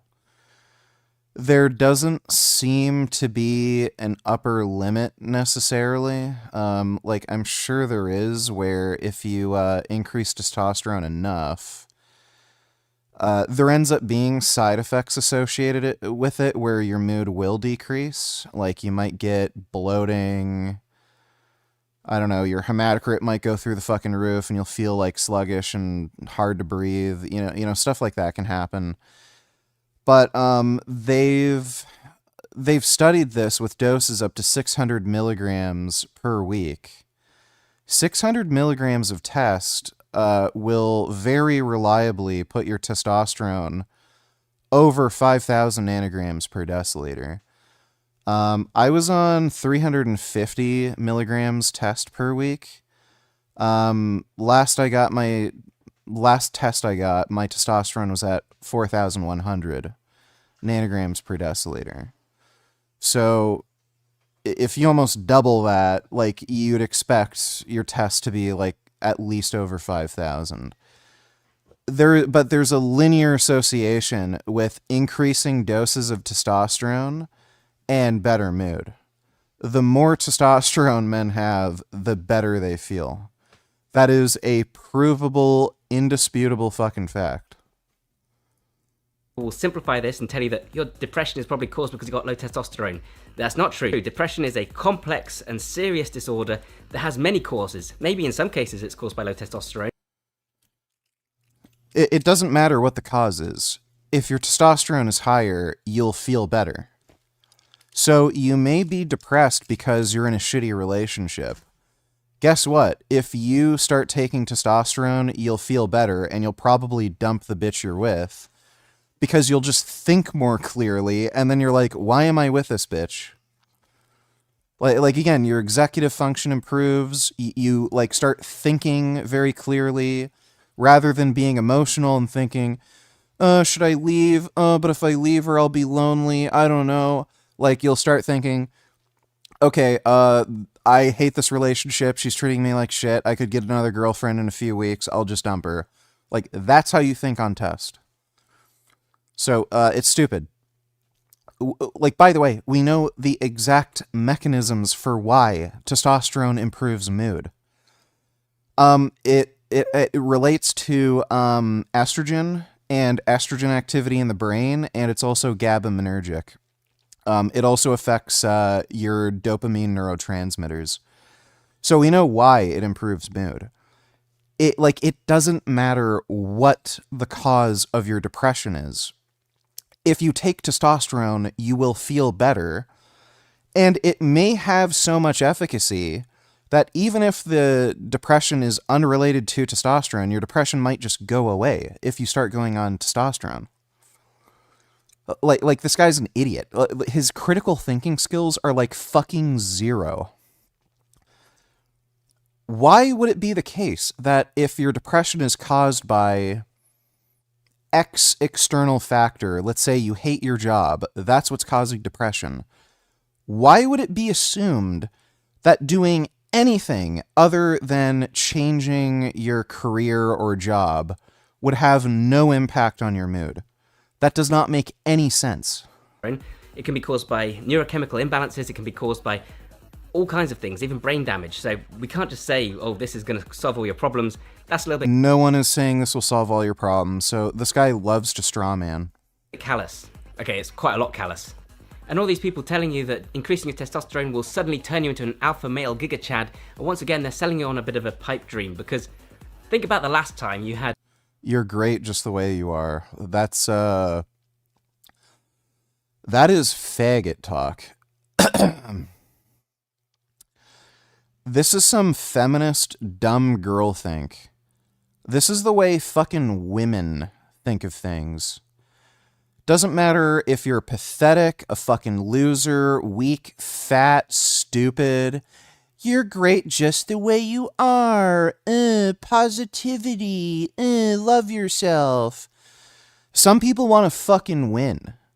Right? Like some people want to make more fucking money. Some people want to get bitches. Some people want to drive nice cars. Some people want to get ahead.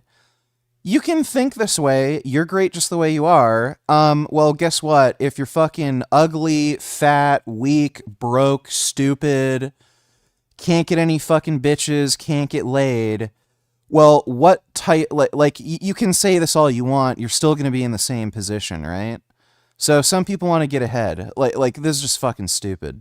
had a higher than normal level of testosterone, chances are that was when you were a teenager. Chances are that these hacks aren't going to get you back to the state you're in your late teens in terms of testosterone production. So how did you Yeah, that's why you take testosterone. feel back then? On top of the world, like an absolute boss? Or were you perhaps shy and awkward and probably full of mood swings? I mean, that was my experience of being a teenager. I'm probably more confident, more focused, more driven now than I was back then. I think that's probably true for most people here. And that's maybe a bit of an unfair comparison because there's lots of things going on when you're a teenager. Yeah, dude, like, why is he even talking about, like, test boosters and shit? Like, take testosterone. Yeah, that make you feel a bit emotionally insecure, etc. Your brain is developing, your lifestyle is complicated, to say the least. But that's kind of my point. Solve all of your problems. Likewise, you don't see steroid users suddenly taking over the world. In fact, a lot of them suffer from emotional disorders, and this is because they've jacked their testosterone up to unnatural levels, also often unintentionally increased estrogen, and to a lesser extent, some of these things are slight. So, this is absolutely fucking stupid. The only steroids that seem to have a reliably detrimental effect on mood would either be 19 Nors or some orals, so like Anadrol, Halotestin, those can be a little problematic. But 19 Nors like Nandrolone and Trenbolone, those fairly reliably have a detrimental effect on mood. That's because of their progestogenic effect and their effect on estrogen sensitivity. So all you have to do is stay away from 19 Nors, and then you're fine. Again, the research on this is very clear. They have tested doses of testosterone up to 600 milligrams per week in men. There is a linear effect on higher doses of testosterone and better mood. So little doses improve your mood this much, higher doses improve your mood this much. I literally linked a meta-analysis in my video response to Greg Doucette about this. There's no debate. So he's never taken steroids before. He doesn't know what the fuck he's talking about. He hasn't looked at any of the fucking research. This is just steroids bad, steroids dangerous, steroids scary. Like, and what a blanket term. Like, there are dozens of different anabolic compounds, and then he's just saying, oh, steroids have a negative effect on mood. Which steroids? What doses? Are you talking about DHT derivatives, testosterone derivatives, 19 Nors, methylated orals? What steroids? Like, it's just fucking stupid. Concerns if you're raising testosterone, even naturally, and especially with... Oh, yeah, and what he said here, higher levels of estrogen improve your mood, you fucking dumbass. Like, that's part of the reason why testosterone improves mood. It's because it raises your estrogen. Estrogen has effects in your brain that are positive. That is part of the reason why testosterone improves mood. That's also why boldenone is associated with depression, because it's an aromatase inhibitor, and it's an extremely potent aromatase inhibitor. So dumbasses will take like 600 milligrams of boldenone their first cycle. Their estrogen will literally be in the fucking single digits, and then they'll get depressed, and it's because their estrogen is suppressed so much. So when he says this, oh, men might feel really bad because they'll be on testosterone and their estrogen will be elevated. Literally the opposite. The reason they feel good is because their estrogen is elevated. You fucking idiot. Some of these hacks and herbs and things that, need further study. That's before we've even addressed the outright negative symptoms of extremely high testosterone. Issues like acne, joint pain, oil. I'm sorry, high testosterone causes joint pain? Where the fuck did he get that idea? And high testosterone does not necessarily trigger acne. It depends on a lot of different factors. Dude, last blood work I got, my testosterone was at 4,100 nanograms per deciliter. Guess what? Zero acne. Nothing. So some of this is genetic, some of this is how fast your testosterone changes. I started off on 210 milligrams test, and I worked up to 350 over the course of like 3 months. So like it depends on a lot of factors. It depends how much you convert testosterone into E2 and DHT. So like saying you're going to get acne is again just fucking retarded. Skin, hair loss, aggression. If your testosterone you're gonna lose hair. Again, you're gonna lose hair if you're gonna lose hair. Going on super high doses of test might make you lose your hair faster, but if you're gonna lose your hair, you're gonna lose your hair. What fucking difference does it make if your hair falls out when you're in your 30s versus in your 40s? Levels are normal or high, you wouldn't necessarily want to go above this. We also don't have much research looking at the long-term impacts of something like Tonkat Ali. And while there isn't much strong evidence to suggest short-term... we do have research on the long-term effects of testosterone, so rather than being a dumb, basic bitch, taking Tonkat Ali like a fucking retard, just take testosterone. Toxicity, there are some tenuous studies that do tell us we shouldn't completely rule it out. It's the same reason I don't recommend the use of synthetic nootropics like modafinil. The lack of long-term research just makes it a bad idea. There is long-term research on modafinil. I don't know what the fuck he's talking about. I was considering trying modafinil. It's a little expensive. That's the only thing. Why waste time and money and even risk your health when better training and optimizing your lifestyle will yield far greater results? Take the advice of the fantastic Josh Brett. I don't know why you can't do both. Why can't you improve your lifestyle and take testosterone? Is that an issue? Make yourself a late adopter. Don't buy into the hype of every new supplement. If you're going to be doing this... Well, testosterone's been on the market for close to 100 years now, so yeah. Just take testosterone. It's old. We know what it does. It works. Stuff safely and properly, making sure that what you're doing is working and avoiding negative effects, then you should really be doing things like your blood work and getting... Oh yeah, Bioneer is genuinely one of the dumbest motherfuckers on YouTube. The advice of an expert on top of that. But this isn't what most people are going to do. Most people are going to find something that they think will have an effect and just take it and hope for the best. You need to do your blood work. You need to monitor your liver enzymes. You need to be smart about your health. Point is, it's not that simple, and chances are that this 10% increase in testosterone isn't going to suddenly change your life. And I am someone who did a lot of this stuff because I'm the pioneer. I'm interested. Yes, that's why you increase your testosterone by 400%, like me. In this stuff. I did lots of biohacks as a younger guy to try and increase testosterone. I took all sorts of supplements that were all the rage at the time, Tribulus terrestris, which now is considered to be absolutely nothing. Trust me, a lot of these supplements that we're using now are going to be just ignored in a few years as well. None of it made a lick of difference to the way I felt. Physically, I didn't feel a difference taking these supplements. Like, I didn't feel like I had more performance in the gym. I didn't feel more virile for life. I didn't feel much of a difference because I already had great lifestyle habits. I've realized recently, I feel like it kind of loses its effect, and then I feel like when you cycle off and then go back on it, it seems to bump it back up again.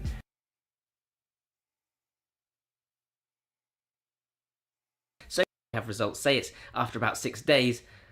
I'm not lying when I say I feel absolutely nothing. I haven't got any increased energy, no increased libido, no increased muscle mass or leanness, just, normal plain old me. And I'm not saying that all those people that say they get these results are lying. I'm not saying that can't happen. As I've explained, there are different processes that are going to affect different people differently, and you're more likely to experience something if you have low testosterone.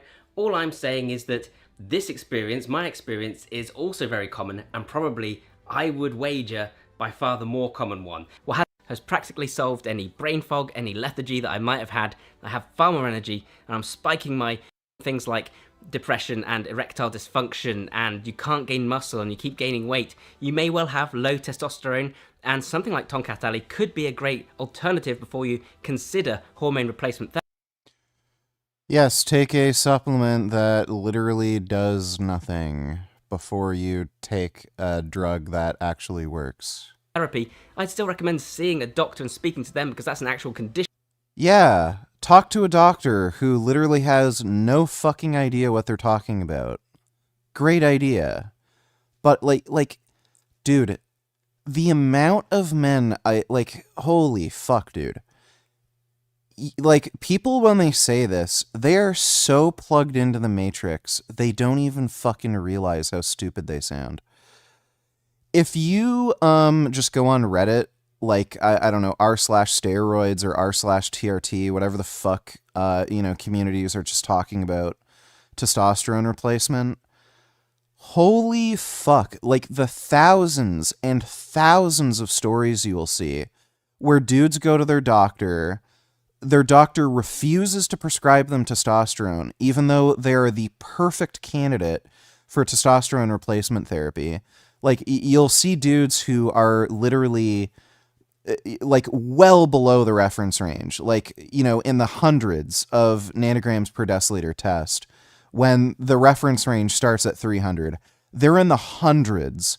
They have every symptom of hypogonadism. Their doctor still refuses to give them testosterone replacement. Then they have to go to like 3 different doctors. Then eventually the doctor will prescribe them TRT. But then they don't know how to manage symptoms, and they'll do the stupidest fucking shit imaginable. Like, just because their hematocrit is slightly elevated, they'll get them to draw blood every couple months. Then they end up becoming anemic and, like, faint constantly and can't fucking do anything. Or, like, they might be a hyper-aromatizer. Their doctor doesn't know how to fucking deal with aromatization, and rather than either, like, 1, lowering their TRT dose, 2, getting them to lose weight, or like 3, telling them to take supplements like zinc or calcium deglucarate or some shit. They'll put them on like an extraordinarily high dose of an aromatase inhibitor like tamoxifen, and then their estrogen will be in the single digits and they'll get depressed and want to kill themselves. Like, it's just the fucking craziest stories like you could possibly imagine. And then like these fucking idiots who have no clue, they're like, talk to your doctor. Yeah, because talking to somebody who has no fucking clue what they're doing, that'll help, right? For the majority of people watching this, though, for the 99.9%, all the effort in the world is likely to increase your testosterone by a very small margin, and you almost certainly won't feel it. And the best, waste too much time or money on it, unless you're someone... me personally... Well, what a dumbass dork. Just a fucking idiot.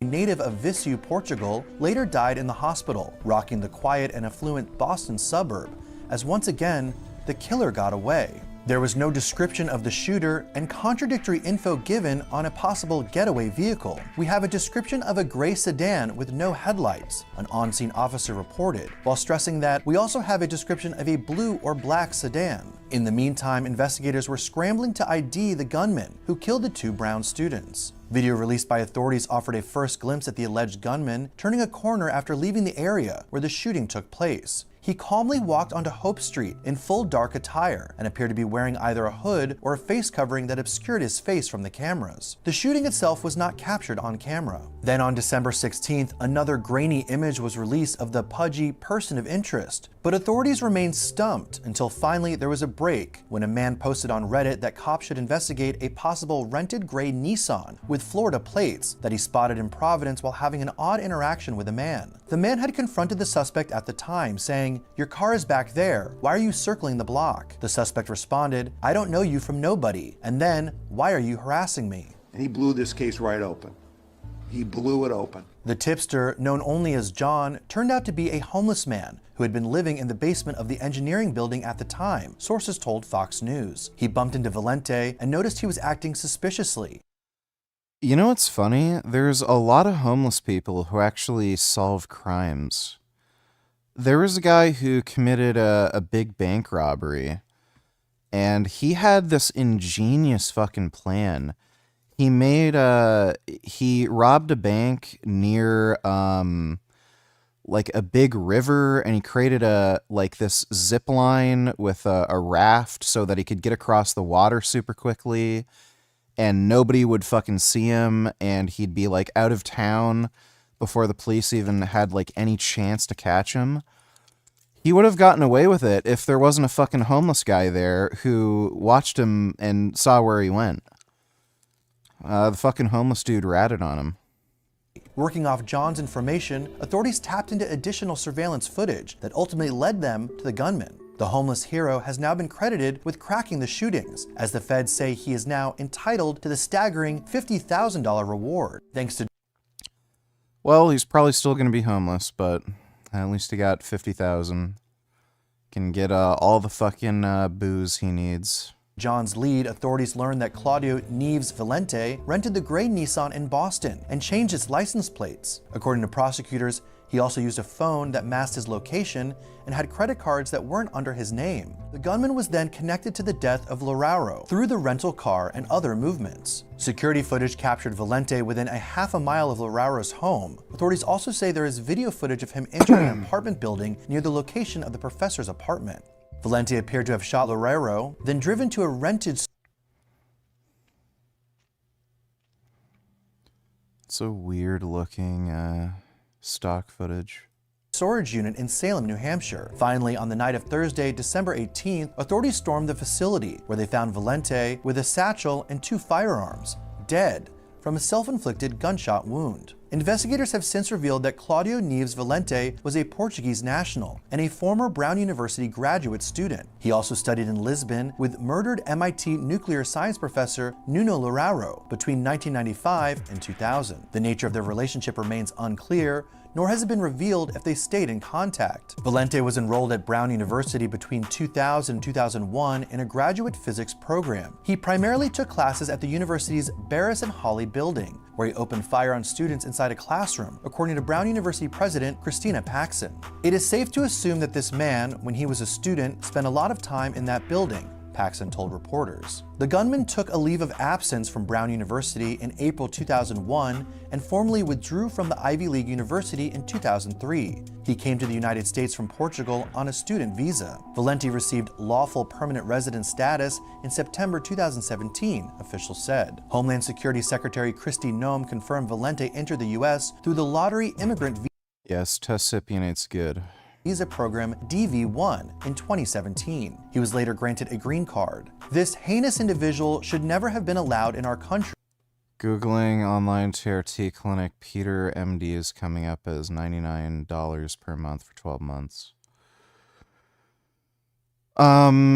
As far as some TRT clinic things go, that's not too bad. A lot of them will charge you over $2,000 for the year. And that doesn't include medication costs, so that would be like the testosterone, plus a lot of them also get you to run HCG for absolutely no fucking reason. But yeah, that's not too bad. But yeah, Tessip is fine. She wrote, and in a declaration that has implications far beyond this case. Yeah, TRT clinics are a ripoff. Basically, you're just paying for the luxury of getting the medication you want. Like, that's all you're paying for, really. They make money through service. They can't make money selling the medication, because that's not how things work. So they'll just do bullshit like, oh, monthly consults and blood work is covered and, you know, yada yada. You know, horse shit that you don't necessarily need. And you'd be able to just do this yourself for a cheaper price anyway. So, like, that's where their money is made. The best thing you can do is just source testosterone yourself. She continued, at President Trump's direction, I am immediately directing USCIS to pause the DV1 program to ensure no more Americans are harmed by this disastrous program. Should we accept his deal? Is it even our choice? Altman isn't a technologist or scientist. He's an investor and deal maker, and really good at it, supposedly. But his whole career is a series of just trust me bro moments. So let's examine the deal Altman is offering all of us. Should we believe Sam Altman's promises? And what's the cost to the rest of us if those promises turn out to be lies? So let's go back and look closer at Altman's early days in the tech industry. Altman's first big deal was selling his first company, Looped, a service for locating your friends. That's something that inherently needs lots of users to work, or else you're just locating yourself. The operative idea seems to be ubiquity. I mean, get it out there in more ways than you can possibly imagine. And make it available to everybody. But the whole time, Looped refused to say how many users they had. Altman just insisted there were, quote, way more users than any other similar service. It turns out It's so stupid. Like, why the hell would you want people to know where the hell you are constantly? Such a dumb idea. though that towards the end, Looped only had 500 users. When Reuters reported this, Altman insisted it was 100 times more than that, and that he'd provide evidence. He never did. Just trust me, bro. Looped sold to the Green Dot Corporation, who shut it down immediately and never used any of the tech. Green Dot investors allege it was a dirty deal done to enrich Sequoia Capital, a VC firm with a stake in Looped, and 2 board members at Green Dot who helped approve the deal. Altman left Green Dot as soon as he was legally able, walking away with millions for building an app that no longer existed in any form. And luckily for Altman, someone saw something in him. Peter Thiel. Oh yeah, Thiel. Thiel, who once said that Altman should be treated as, quote, more of a messiah figure, gave Altman millions to start his own VC firm, Hydrazine Capital. And that's not all the capital Altman controlled. He was also hired as president of Y Combinator, or YC, an influential venture capital firm and startup incubator, where Looped got its original funding. I think the president of YC is sort of the unofficial leader of the startup movement. And Altman personally traded on that influence. The New Yorker reports that up to 75% of Hydrazine's capital was invested in YC companies. Altman used his inside view to get a cut of YC's power, despite Altman promising he didn't cross-invest in YC companies. That's 2 big lies so far: the user base of Looped that needed users to exist, and his investments. In 2015, Altman leads YC into the investment you likely most know him for. He's sort of a semi-company, semi-nonprofit doing AI safety research. OpenAI was launched as the supposed nonprofit OpenAI Foundation, with a charter with a lot of lofty goals, a primary fiduciary duty to humanity, and avoiding enabling uses of AI or AGI that harm humanity or unduly concentrate power, while acting to minimize conflicts of interest among our employees and stakeholders. The evidence that they do that? Just trust me, bro. OpenAI's primary financial backers were tech billionaires and millionaires like Altman himself, Peter Thiel, Reid Hoffman, and Elon Musk, and tech companies like Amazon Web Services and Infosys. We wanted to build this with humanity's best interest at heart. But in exchange, OpenAI is asking for a lot, putting all of society's eggs in one basket, if you will. They want electricity. I have been on Rita for a while and have lost some weight. I have now bought Motzk and Slup 332. I do feel it is working. I did break my plateau. Would you recommend any peptides for fat loss outside of retatrutide? No, I've heard some good things about Motzk and energy. That's really it. I don't think it's really going to do much for fat loss. If you're already using a GLP-1 agonist, the next 2 weight loss drugs I'd look at would be clenbuterol and thyroid hormone. So if you've already lost a fair bit of weight and you're noticing a plateau even with a pretty low caloric intake, I would just get your thyroid hormones checked. If they're a little low, then you might want to take a T3, T4 at replacement doses and gradually increase and see how weight loss goes. Like the only other peptide that's really going to help with weight loss is going to be growth hormone, but it's very expensive. Like most people wouldn't really, you know. Like, still though, like if you're gonna take all these other peptides, I'm not really too convinced with SLU. Like, I know some people, like there's just no human research on it. And everything is entirely anecdotal, and I've heard mixed things.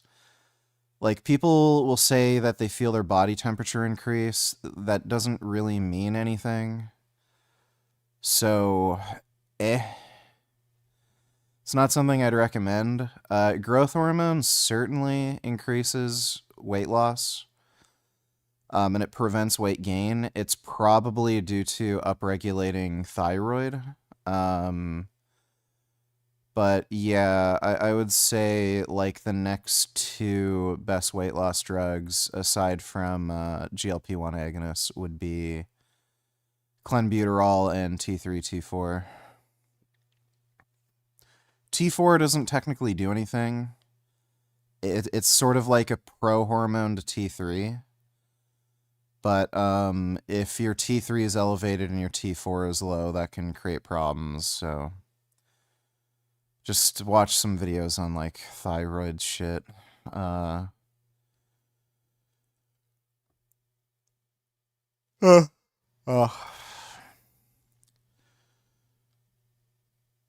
So, there you are.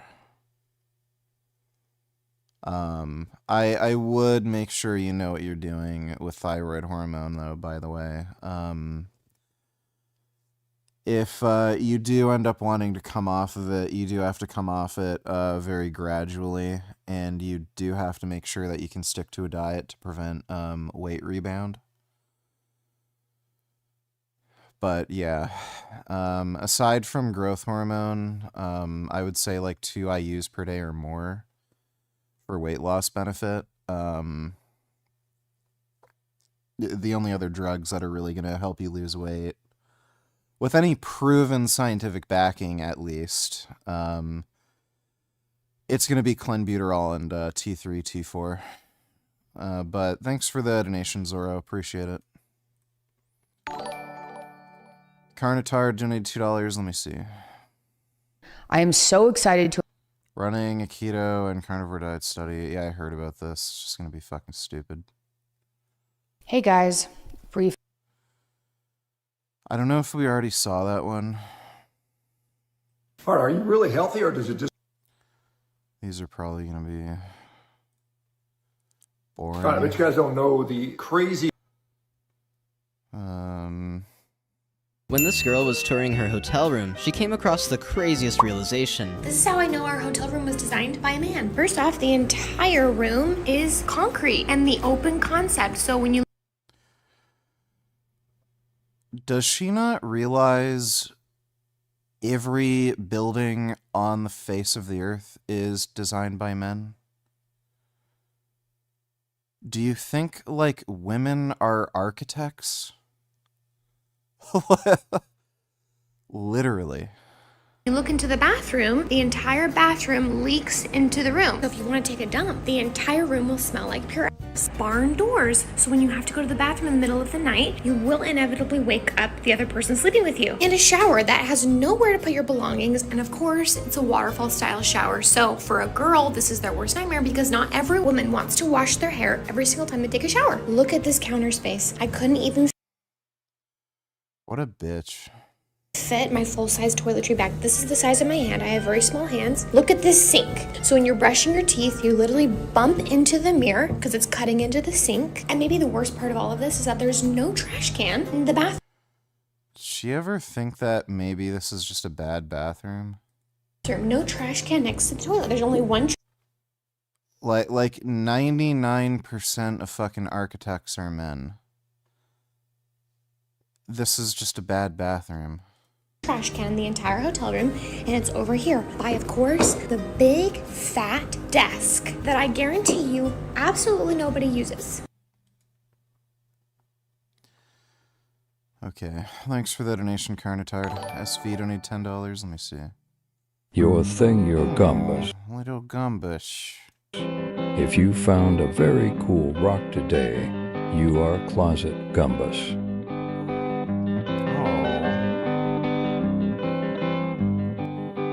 If you got 5 hours of sleep last night, you are sideways gumbus. Wow, that's a good gumbish. I don't know how many hours of sleep this cat gets, but I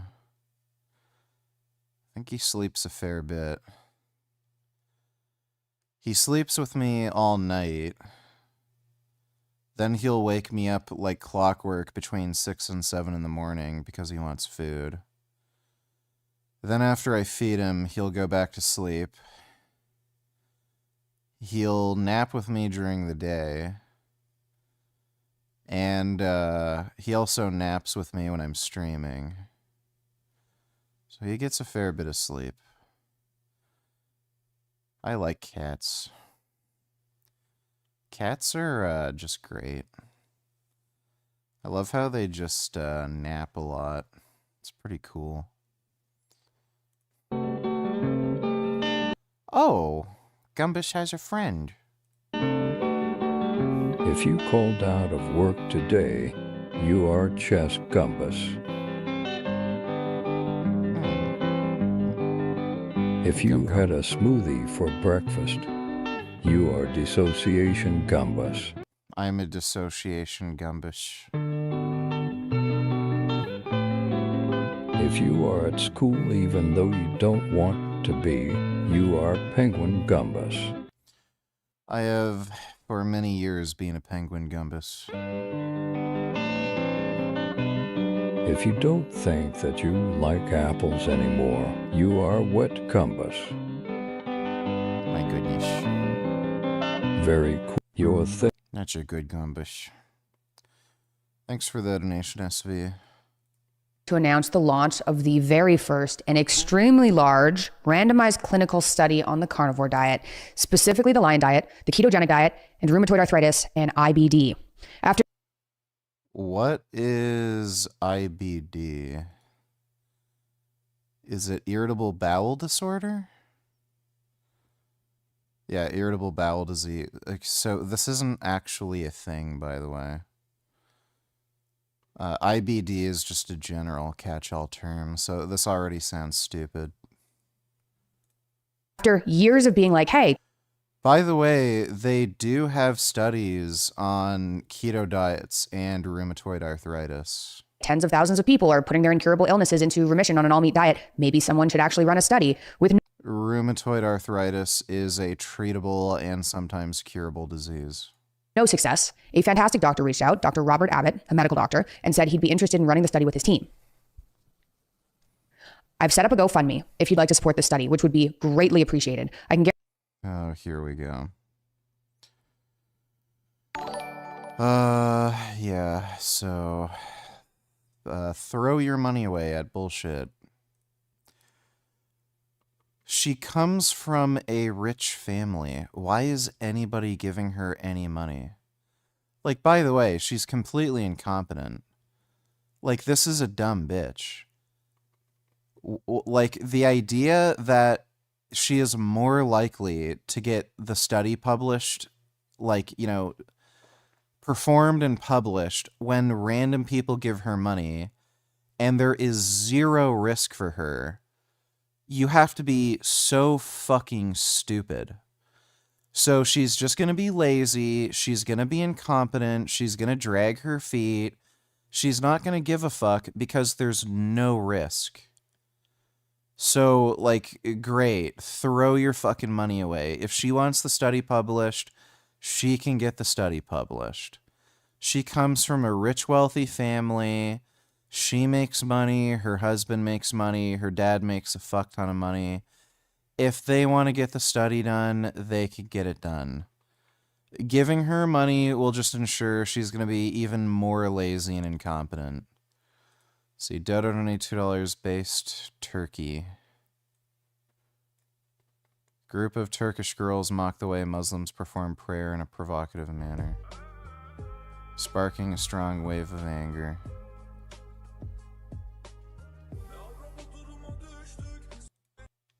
Okay. Thanks for the donation, Dodo. Update on my... Oh, wait. Guarantee every single dollar that's sent there will be going to the study only. The study is going to cost about $450K, which, hold on, it sounds like a lot, but it's actually incredibly inexpensive for a study this size. I talked to a number of people about running a study that were affiliated with universities, and the study was going to cost $2 to $3 million. And I was thinking, what are you doing with the money? Like, where is it going? So we figured out how to make it. So this is going to be garbage. There's a few reasons why studies like that are so costly.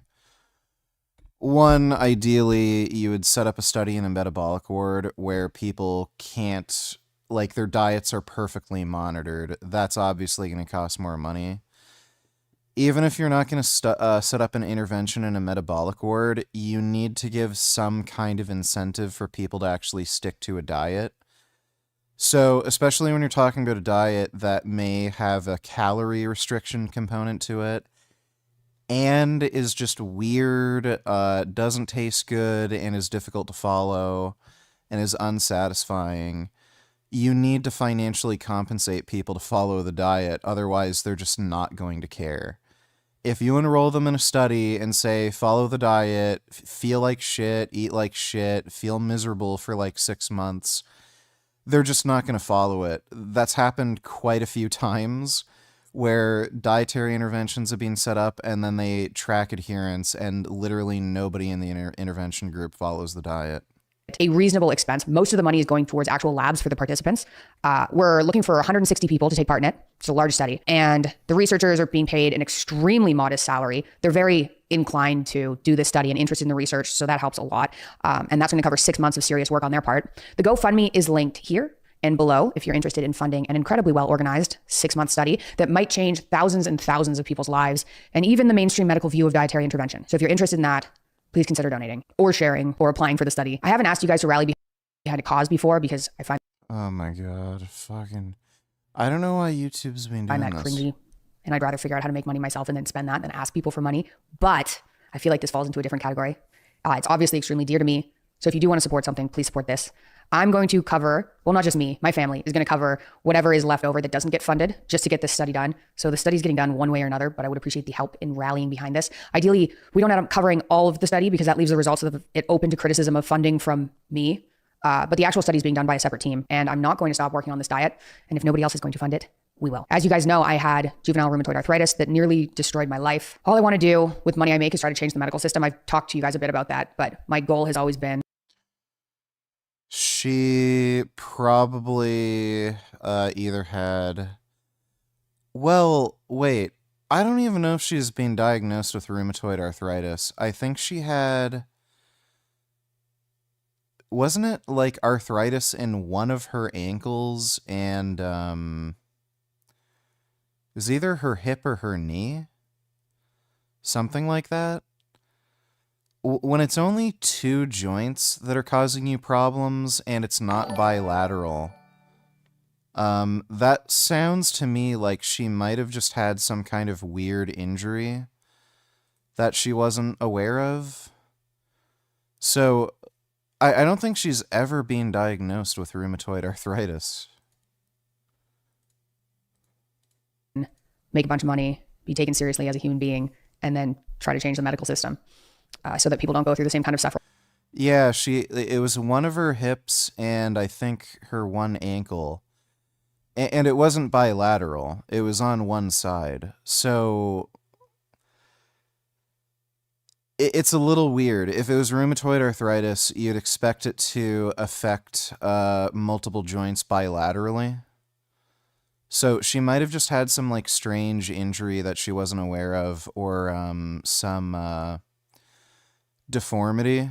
Sometimes like people are just born with malformed joints and they don't fit in the socket properly, and you just end up getting the joint worn out.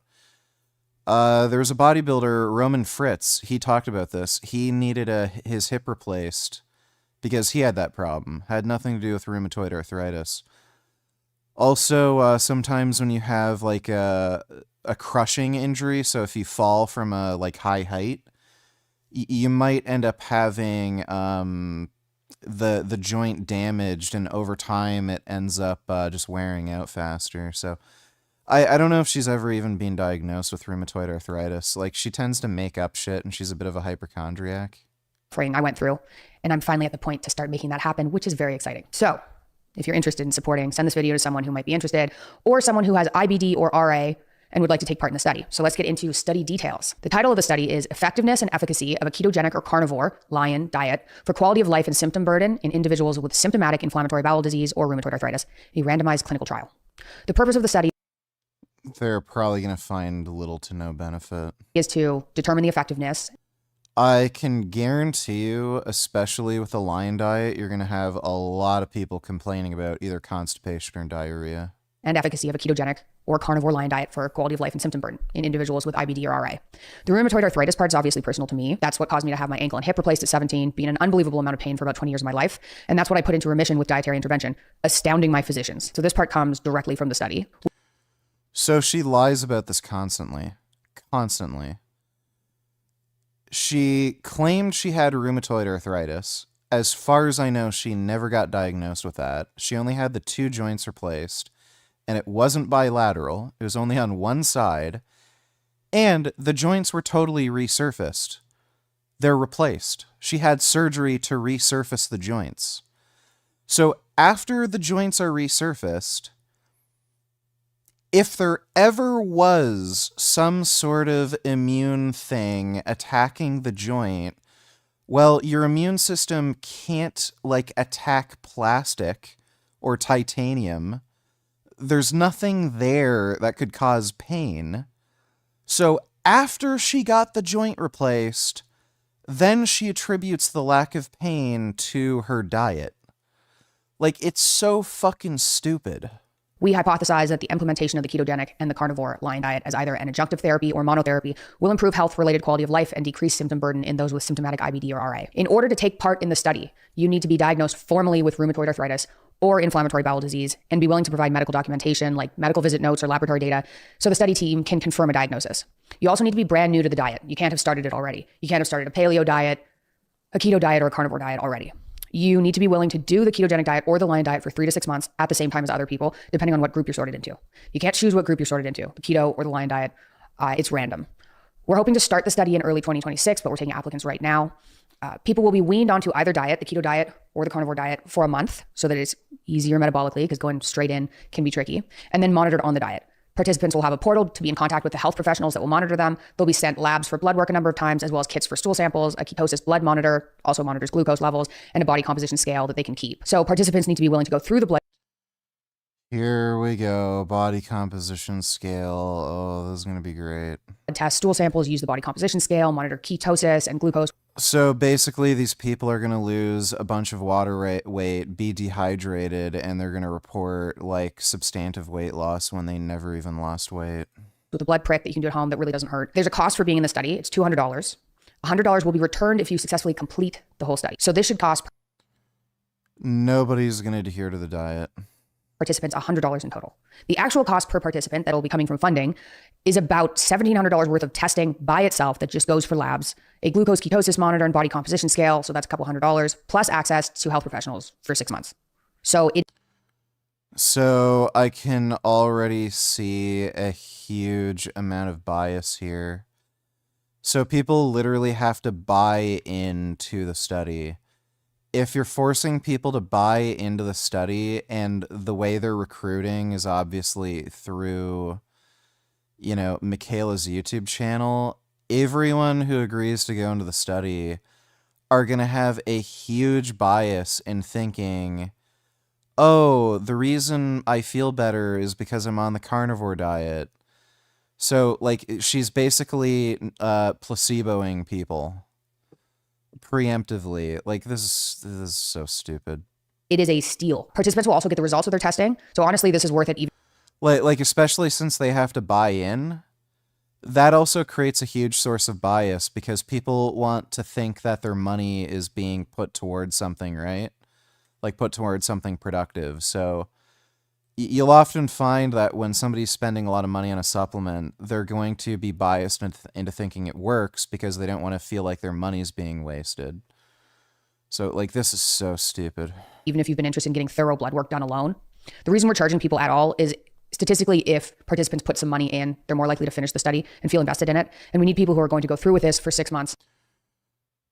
No, they're going to be, like, if you pay them, they're going to be more likely to actually do it. Which is, it's a large ask, but this changed my life, so people should do it. You're also going to have access to a community of people who are doing the study with you, and I will pop in on a number of video calls throughout, at the beginning, at the end, to help keep people motivated, meet everybody. You'll also have... All right, well, great. So this idiot is going to do video calls and, again, basically placebo people and gaslight them. Like, this is just trash. Yeah, there we go. My dad, because I know a lot of you have reached out and asked and have been waiting for one, as have we, obviously. I don't have a lot to say because everything's been slow. He's still very unwell, but he's not in the hospital. I'm seeing him every day for hours, which is really nice. We're working with great specialists and giving him more time to recover. I'm hopeful he will recover with time. Why are you so tired this stream? And basically each time since a few months. I'm not particularly tired. My neck is jacked up. I did something to my neck where I just woke up with a fucked up neck. I think I slept in a funny position, so yeah, my neck is just fucked up right now. That's why I've been laying back with my sweater around my neck to support my neck. Thanks for the donation, though, B. When I posted the last video, I didn't know if he would recover at all. It was really scary, and I'm hopeful now, but it's still early on, and he's still quite unwell, and we're still really not sure what's going on, whether it's an immune system issue, neurological, both. So I wanted to give an update that was like, things are really bad, but they're not as bad as they were a month ago or 2 months ago. So that's the update. I wish things would just go back to normal, but they're not there yet. Thank you so much for your prayers. Yes, after following the carnivore diet for years, he's literally dying. Gee, I wonder if there's a correlation there. We need them. I'll let you guys know as soon as I can if anything changes. Hopefully he's on the road to recovery. As for me, I haven't really been online, or at least posting, because the situation's stressful and sad, and I don't really want to get on a camera and pretend everything's okay. So I've basically been offline really since last February with the pregnancy. Then Audrey, my 7-month-old now, getting incredibly sick. Then Dad getting sick. Audrey, on the other hand, is doing really well. Praise God for that. Like, what the fuck? So, all these people in her family are following a stupid diet, and they're all getting severely ill. Weird. We still aren't sure what happened. Like, she almost died from a heart issue, even though her heart is normal. She was diagnosed with idiopathic pulmonary hypertension, and that seems to have been a one-off freak incident that hasn't repeated, so... Oh, this is just so hilarious. Oh, yeah, me and my family eat the perfect diet. Yeah, my kid almost died. Some, like, weird, rare, unexplainable heart issue. Like I said, praise God for that. Jury's still out if there's a long-term problem that they just can't find. I'll probably be paranoid about it until she's 20. But so far, at least that's under control. The plan for content is to start the podcast up in January. I've recorded 2 episodes that I would really like to release and catch everyone up on the last year of what my family's been going through. I plan to do a pregnancy episode about all things pregnancy and postpartum when I was pregnant, but it was such a difficult pregnancy that I will get into on that episode that I couldn't record the episode. But I'll catch up on that and do a few Q&As and launch the podcast hopefully in January. That's the plan anyway. I'm not going to do another dad update until something changes more significantly with him, hopefully for the better. But as soon as he's doing better, like I said, you guys will know. The only thing I've really been able to keep up with throughout this period is Peterson Academy, which has been going incredibly well. I'll do a dedicated video on that too, because I haven't gone into details, and I'm really proud of what we built. We have 70 courses now, like 8-hour courses. There are a couple of 12-hour courses. There's one 6-hour course, but we have 70 courses now on the platform. We launched with 18. We launched our mobile app about 3 weeks ago. We hired some more people. The whole team, really, everyone working is super motivated to provide great education and a community, and they're all really good, hardworking people. We've been working on this more than full-time since 2022, and we now have a core group of people that we spent years looking for that are basically 1 in 10,000 rare, maybe more, extremely talented. And I can't thank you enough for the output. Are you really She's really stupid. How old is your body really? healthy, or does it just look that way on paper? You know, a lot of us, obsess about lab values and so on and so forth, but labs really don't tell us much about health. It might be indicators of disease or sickness or illness, and some of these lab values might be tied to that. But generally, if you got normal lab values, it doesn't really mean that much. When we're looking at health, we want to look at things that really your neurological system, our reaction if you're starting to lose that. And so walking speed. Yeah, this isn't anything worth watching. All right, but you guys don't know the crazy history of the carnivore diet. It goes back many, many, many centuries even.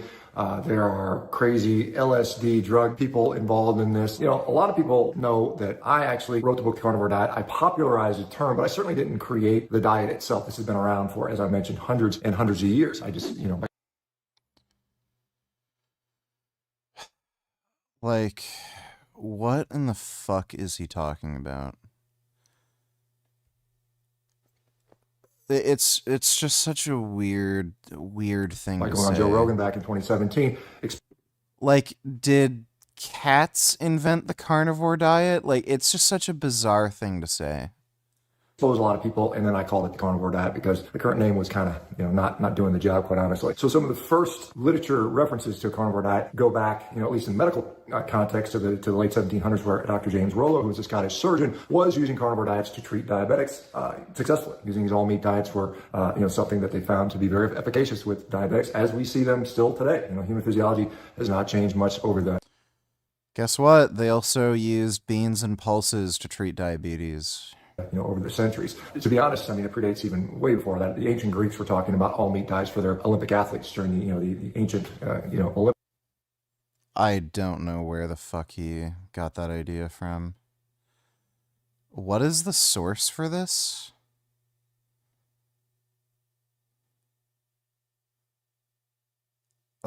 Okay. So, some ancient Olympic athlete in the 6th century BC supposedly ate nothing but meat. All right. I don't think that's great evidence that an all-meat diet is all that good. Olympics that were going on. So we know that, and quite honestly, probably some Australopithecus, you know, pre-human, probably started eating meat in an all-meat diet long before anybody else or even thought about. So, but as we go through time, we go from James Rollo, we go to Dr. Salisbury, who was a sort of famous physician in the period of the Civil War, and he's actually where the Salisbury steak came from. He had this sort of basically pounded hamburger steak that he used for treatment of all kinds of maladies, to include things like autoimmune disease and diabetes and mental health disorders. And so this was. Yeah, Salisbury steak will cure Alzheimer's and schizophrenia. The treatment of the day, which was quite effective back then as it is today. If we fast forward to the early part of the 20th century, many people are familiar with an explorer by the name of Vilmar Stefansson. Now, Stefansson was... Stefansson was, oh my god, you should see this guy in interviews. This is one of the ugliest, most unfit, fucking greasy weirdos you've ever seen. This guy was not in good health. Like, that is just painfully obvious if you ever see him in any fucking televised interviews. There's video footage of him. He is just gross and greasy and weird looking. This guy did an all-meat diet study. He had constant constipation, and he had to shove a tube up his ass filled with olive oil so that he could shit. Also, what they found was that he was pre-diabetic. So, okay, the guy who literally needs a tube shoved up his ass filled with oil so that he can shit. Oh, yeah. Yeah, great diet. He was a Canadian. He was of Icelandic descent. But Frank Tufano donated $2. I was watching Androgenic kick stream. Said the crazy cycle he ran was 750 tests with 20 milligrams Anavar sprinkled here and there. Pre-workout, he never ran 19 NORs/DHTs except the VAR. And he could afford a GH, so he was running MK677. Tests truly best. Oh, couldn't afford a GH, so. MK677 isn't worth it. It's a stupid drug. Like, don't even bother taking it. It's just fucking dumb. If you don't have enough money to even afford underground growth hormone, like, what you can do is just, like, take injections every other day in lower doses. Like, even that's better than fucking MK677. Like, there's just no point. But yeah, I mean, test is going to be the most predictable kind of like it's very it just doesn't do much. Like the only other steroid that feels as mild is going to be, or even more mild, is going to be like Masteron. You can do Masteron in very high doses, and it's probably even going to do less to you than test. It doesn't really affect mood all that much, at least for most people. It doesn't raise your hematocrit, doesn't really do anything to your blood pressure. Like, it will skew your lipids, but you can tolerate it in very high doses, probably even more than test for most people. But yeah, 19 Nors, people run into a fuck ton of side effects with 19 Nors. I would generally recommend avoiding them. Some people respond really well to them, like you never know until you try, but I'd say for most people, just avoid 19 Nors. Especially if you're taking test along with it, like you're basically guaranteeing yourself to get gyno.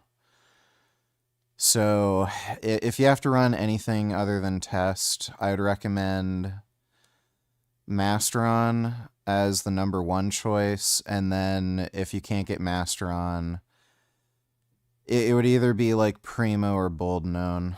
Primo's kind of overpriced and stupid. I ran Boldenone. I was feeling fine, but then I got like that weird water retention.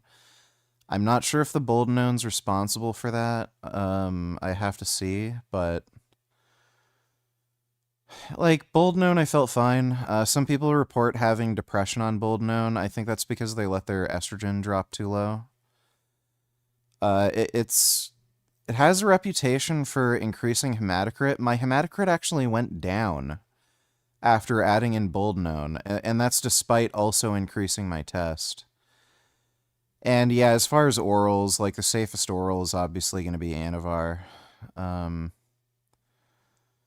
But like 99.9% of people, all they really need to be running is test and growth hormone. Test and GH is going to be the best two drugs, and unless you're planning to like compete or something, probably don't really need to bother with any other anabolics. Thanks for the donation though, Frank Tufano. He spent many years, in fact, as much as a decade, living in the polar regions. He was a naturist and went all over the world, but he spent a lot of time interacting with the Native Americans in Alaska and North America and Canada, the Inuit particularly, and lived amongst them for many years. And he stated that there were the fuck is that noise in the background? periods of time when he lived on all meat diets for long periods of time, for up to a year or more. And he said it was the best health he'd ever been in his life. All of his... Oh my god, this fucking idiot. This is unwatchable now. maladies had disappeared. Now, interestingly, when he returned from his adventures up in the Great... Yeah, so he made it up. He did that all-meat diet study. The guy suffered from constipation and was pre-diabetic. Right north, the modern doctors of the time, and then after that, they had some of the early stuff. Now, Donaldson, who is modern... Okay, this is unwatchable. He did this for many years to survive, and that's... Carnivore Carl and... I don't know what that fucking noise is in the background, but I'm not listening to that shit. What a fucking idiot. Fucking Sean Baker.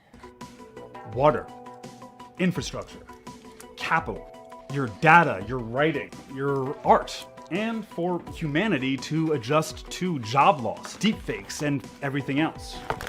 All in exchange for some... Frank Tufano donated, yeah, I kept getting teens in his chat asking if MK is worth it and if it grew his bones. He said he's used MK on cycles before, but nothing beats GH, and the secretagogues are trash. He just couldn't afford GH, so he opted for the MK as the next best thing. It's not even the next best thing. It's just bad. Like, it's just bad. Don't even bother. Some of the benefits for growth hormone you're going to have like immediately. So if you have some like lingering injuries, I would say like even just taking it for a month at super physiological doses, you're probably going to heal more than you otherwise would. If you want to take it for anabolism, that's something where you're going to want to take it for a very prolonged period of time, like at least 6 months, but the higher the dose, the longer the better. Don't even bother with secretagogues. They're just fucking trash. Thanks for the donation, though, Frank. George donated $2. Let me see.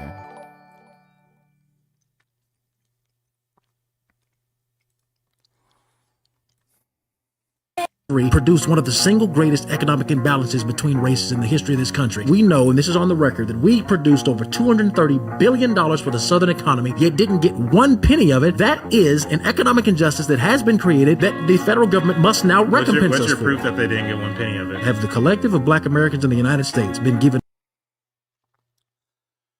There are plenty of people who went through slavery.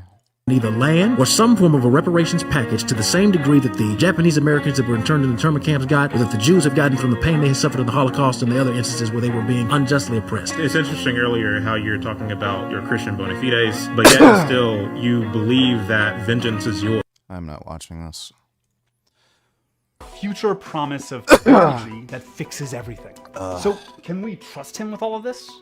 Let's look at some of his biggest statements and promises to show how they tie to all the eggs in the basket. Altman insists he doesn't own any of OpenAI and he barely takes his salary. I paid enough for health insurance. I have no equity in OpenAI. I'm doing this because I love it. But he doesn't hide that he's already rich, trying to do a rich guy using money for good Batman thing.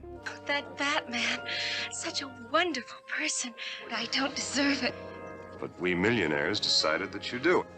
But let's look at how this is part of his honesty problem. And it ties in to the eggs in the basket, because Altman is invested in all the stuff necessary to build OpenAI.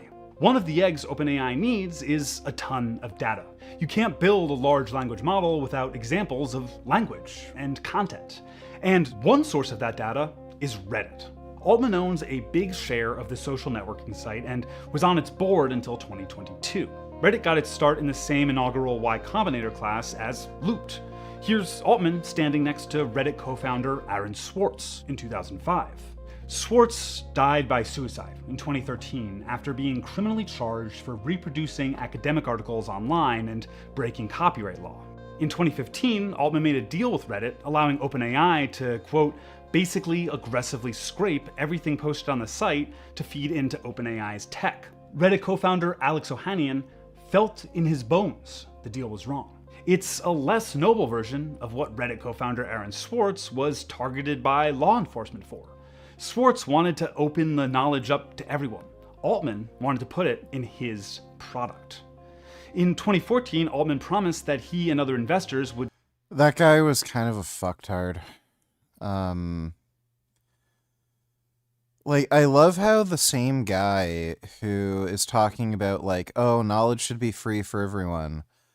Okay, well, like this guy is a founder of Reddit. Like, are you actually going to publish the code base for Reddit? Should everyone know what that is? And should it be open access to everybody? Like, obviously not. So this guy believes in intellectual property just like everybody else. Like, he's just a fucking moron. Would give 10% of Reddit's value back to the Reddit community. That never happened due to regulatory issues. But just like Reddit's data going to OpenAI, a look at the areas Altman's wealth is invested in show a deep connection to other needs of the organization. He's invested in AI. No, he killed himself. The government didn't kill him. That is the most cringe conspiracy ever. Networking equipment companies, thermal battery companies, and even companies mining the rare earth metals that server farms require. And once it's all built, Altman will profit off the problems AI creates.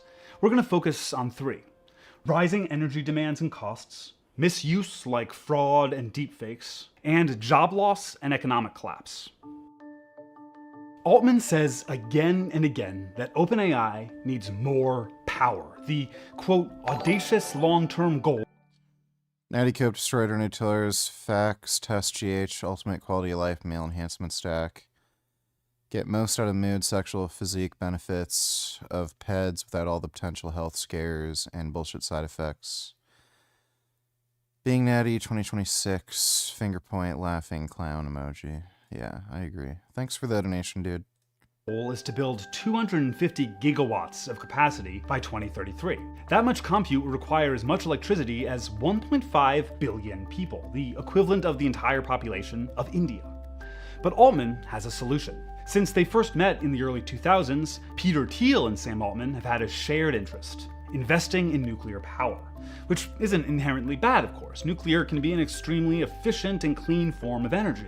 But Thiel and Altman want to own it. Altman is invested in Helion and Oklo. Helion is working to build the first ever nuclear fusion power plant, a type of energy creation that many scientists say won't work.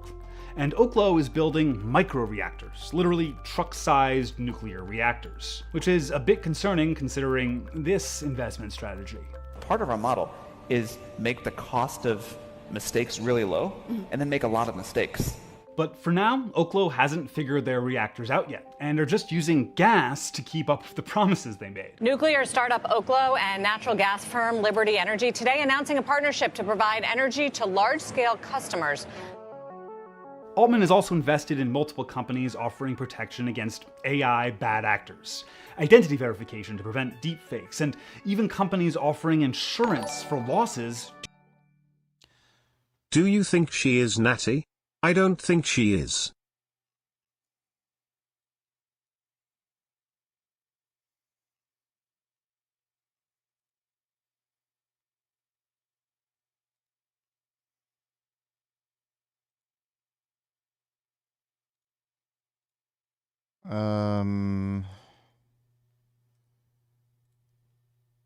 I have a feeling she just has weird proportions. And she might also be editing some of her photos. Something suspicious with the things under her butt all the time. Like there's always these weird strings, so I think she's doing some stuff with her clothing choices and also the editing, and she might have like a bit of a big butt, but I'm not convinced she's gotten some kind of cosmetic procedure. Thanks for the donation, Fad Fudge. Due to AI scams and hacking. That's like Batman not making any money off of crime fighting, but then selling Batmobile drove into my house insurance, while also running the Uber for Henchmen startup that the Riddler uses and selling the Joker white makeup. One other big promise Altman makes is that when the AI he sees as inevitable makes many jobs obsolete, it'll create so much wealth that it can be shared with everyone, just like his smaller scale Reddit promise that turned out to be bullshit. And in 2024, he announced the product that'd supposedly offer that shared abundance. WorldCoin. WorldCoin. WorldCoin. WorldCoin. WorldCoin is a technology company and cryptocurrency funded by all the usual suspects of techno-fascism. WorldCoin's backers say it can be a way to give out some form of universal basic income when AI... Kid Boot and Tellers play this game on stream.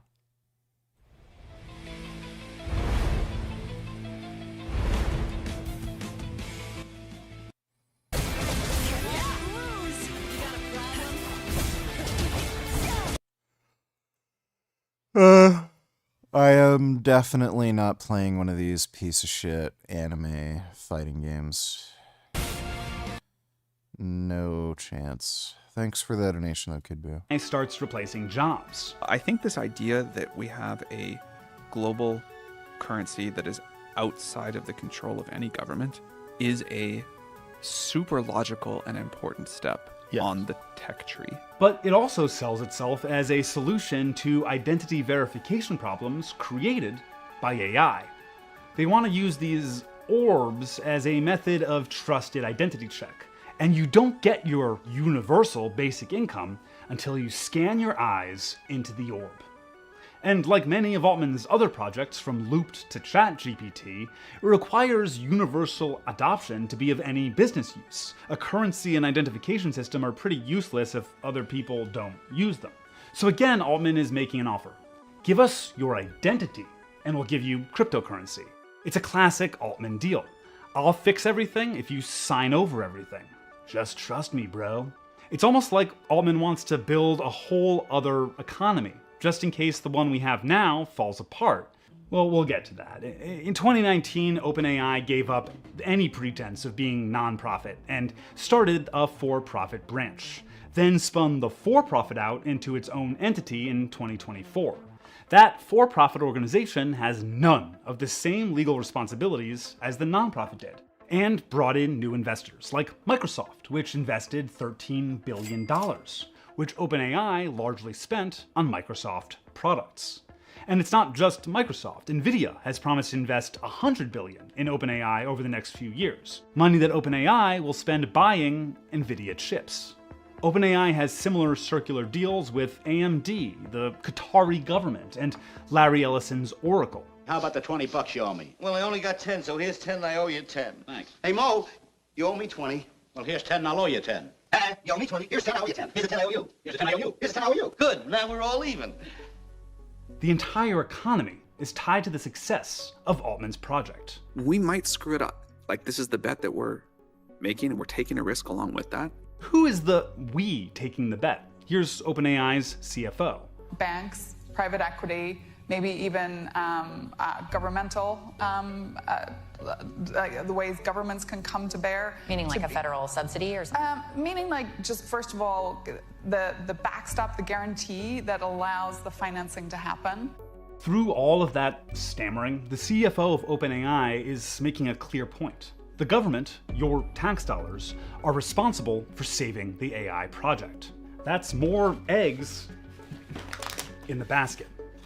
And that basket is based on the promises of Sam Altman, who, as we've illustrated, lies and breaks promises a lot.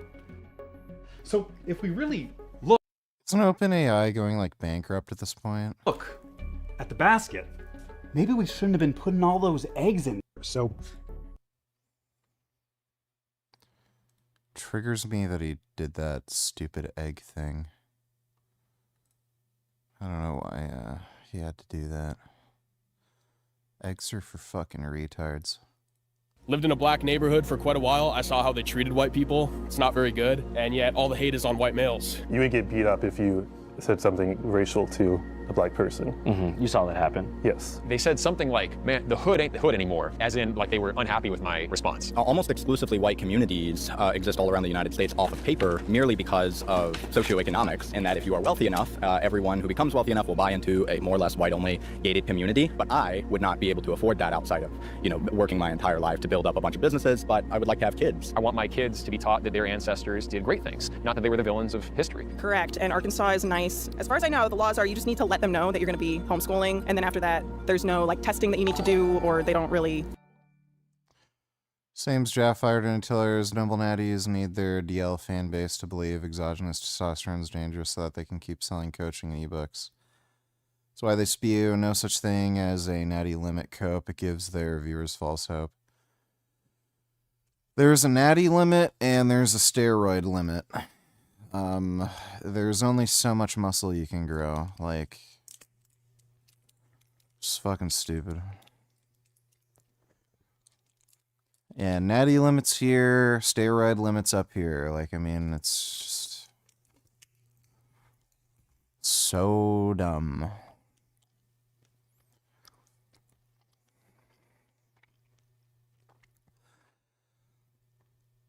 I don't know why people are so afraid of just getting what they want.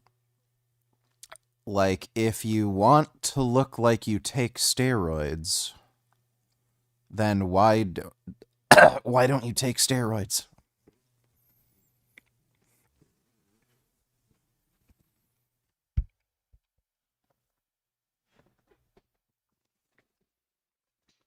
Oh.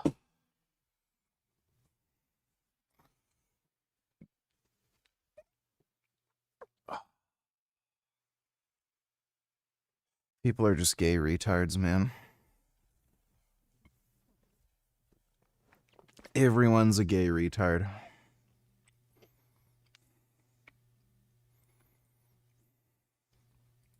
Check up on you. The first community that really went after us was the r/Jewish subreddit. I had CPS come out here because they had complained to CPS trying to get my kids taken away. The health department has come out here. They just blanket made complaints to everyone. I mean, I do have Mein Kampf, but I think that's just historically relevant. Who wrote that one? Mein Kampf? Yeah. Hitler. Oh, shit. He's sort of the central villain of the 20th century. So if you don't understand what he thought, then you're, again, missing a big piece of history. Did he make mistakes? I believe so. What do you think the biggest mistake Yeah. was? Invading It's a weird way of putting it. the Sudetenland. None of the other stuff. The other stuff? It depends on what you mean. Just like the Holocaust and everything. Holocaust? I don't know about all that. Everybody thinks Genghis. So those CPS calls probably were not a bad idea. Khan is cool and he killed more people than Hitler. The question is like how fast that will take for Hitler to be as cool as Genghis Khan. I don't know. Total brown Gorper victory. What's your favorite thing to cook? I like making tacos. That's fun. Despite the fact that we do have, taco nights sometimes, we Yeah, these people are horrible, horrible people. What do you expect? also have traditional European food nights. I really love breaded chicken, like fried chicken. I like pizza, I like typical stuff. Look, I was a big Dr. Dre guy for like my teenage years when I was like working out and everything like that. But then I was like, I don't think it is as soothing to my soul. And that goes back to just like anthropological data that we have about the difference between like rhythm and harmony. What about you? I don't listen to rap music. I listen to gospel music. Okay, who's your favorite gospel? These people are gay retards. Sengoku donate tellers, fuck, marry, kill between AOC, Candace Owens, Anna Kasparian. Obviously gonna have to kill Candace Owens.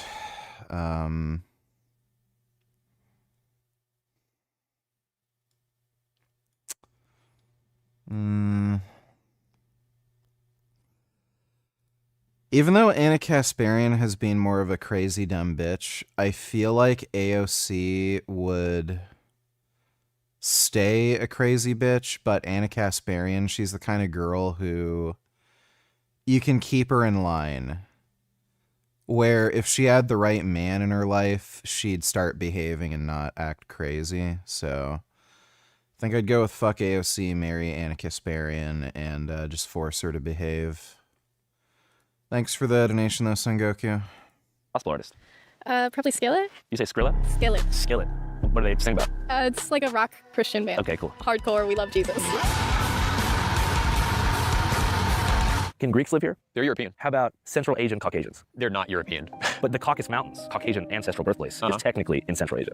Is it? Mm-hmm. You know, some Italian Americans, like in Staten Island, think they're not white. They say, I'm not white, I'm Italian. Yeah, and that has a lot to do with the historical uses of the term white. For legal reasons, I believe Italians and Irish were actually always considered white. Thank you. Can you show us around, you think? Sure, of course. The Irish weren't actually considered white. They're considered like some other type of person.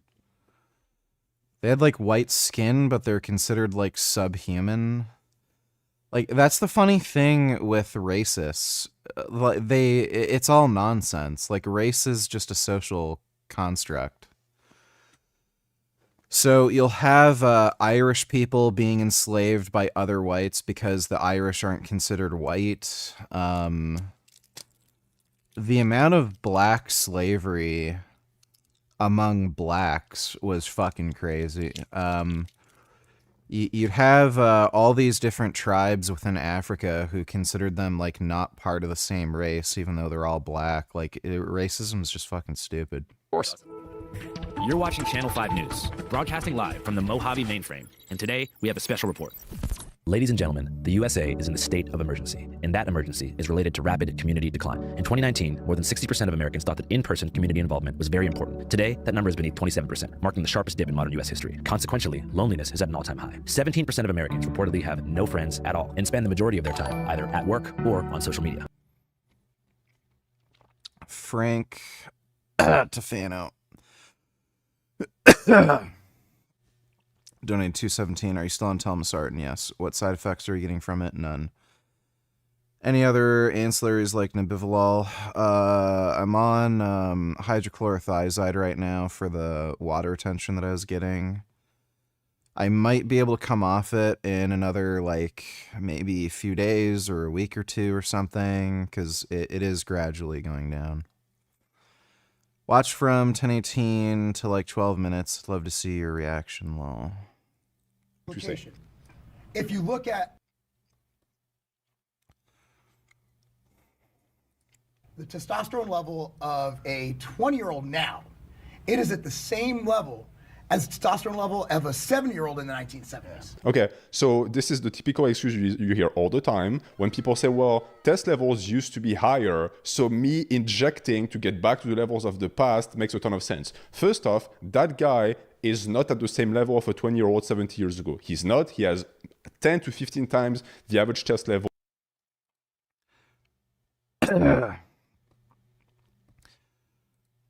The current data shows that your average man in their 20s has about the same test as your average man in their 70s. So a 25-year-old right now is going to have about the same test as a 75-year-old currently. There's clearly something wrong with that.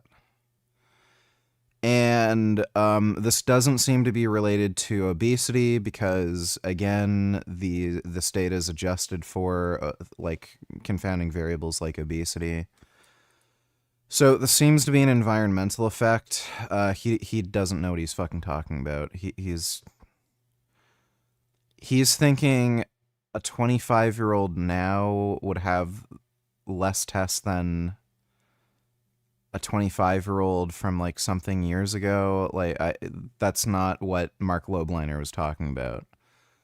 25-year-old now has about the same level of testosterone as your average 75-year-old. Of a normal man, regardless of the era you pick. Secondly, this entire thing has been debunked so many times. It has not been debunked. This is the current data. It is a fact. Male testosterone is in a decline, and your average man in their 20s has the same test as your average man in their 70s.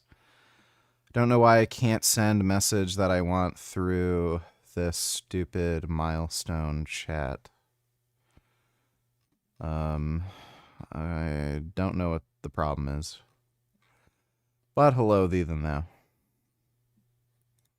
Yes, test levels have gone down, quote unquote, but look at the populations tested. This does not mean that the biological ability of the male body to produce tests has diminished. Again, it clearly has. This is not related to obesity. It means that the average male is not able to produce as much because the average male has a modern lifestyle. If you take the average male, if you make them live a normal active lifestyle from 70 years ago, what do you see? Their test levels go back up. That's not true. This is environmental. So again, this data is being adjusted to account for obesity. So this idea of saying, well, just inject everyone then is fucking stupid because naturally the same results could be accomplished. This is There is no evidence for that. Steroid user cope. We have a low testosterone epidemic. Most men over the age of 30 have female level testosterone. That's not true. Testosterone being low is more dangerous than having your levels normalized via TRT. So look at So it is true. You're healthier with normal test levels with TRT versus them being hypogonadal. That's not a comparison that's valid. Going and just jamming grams of test in their delt every day. It's dangerous. That's dangerous. That's dangerous. Too much water is dangerous, right? We all agree you could die from too much water. So exactly what I just said. Like, do you see this comparison? He's comparing injecting PEDs with drinking too much water, as in to say, well, water is good, but if I it's just so retarded. He wasn't comparing injecting PEDs. Testosterone's only a PED if you use it for performance enhancement. It's fucking stupid. Well, thanks for the donation, Frank Tufano. That's just dumb. Imagine being that much of a beta male faggot that, like, you're afraid of your own hormones. In my opinion, that's bad. I don't think we're actually collectively benefiting from being the richest country on earth so much these days. You could drive for a half hour in any direction and still be in just more suburbs. If there's one thing that I want people to take away from our entire Channel 5 catalog, is that community is the most important thing on earth. Aside from helping us to meet our content to dominate. Those are traditional Scottish games. Even before I lived here, I would come and visit and bring my poker set, and we would just do like very low stakes, like $5, $10 buy-in. It's just a fun night with the blokes, grand old time. And then Maui watched a movie with me. Oh my god, he's watching a movie. What movie is that? Skateboard Kid? Wow. Oh my goodness.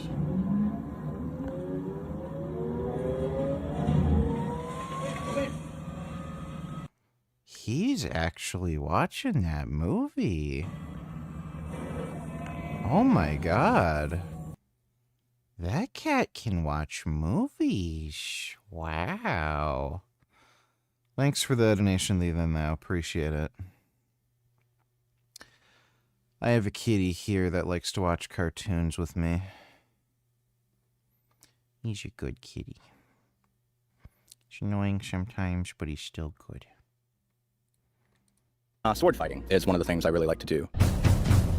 It's with that lens that I want you to watch today's documentary, which revolves around a whites-only Christian settlement in rural Arkansas called Return to the Land. Yeah, my name's Eric Orwell. I'm the I think they mean Nazi settlements, since these people all seem to be Hitler admirers and Holocaust revisionists. president of the Return to the Land Private Membership Association. We call it The Settlement. This is our first intentional community for people of European heritage, planning many others around the country. Yeah, we have 3 acres, the RV and the solar system and everything. So this is a homesteading project, pretty much. Yeah. Have you been able to harvest your own food? Yeah, we've gotten a lot of tomatoes, peppers, melons. What are the main tenets of the community? Well, we believe in traditional European values, traditional nuclear families, monogamy. We're not looking for the,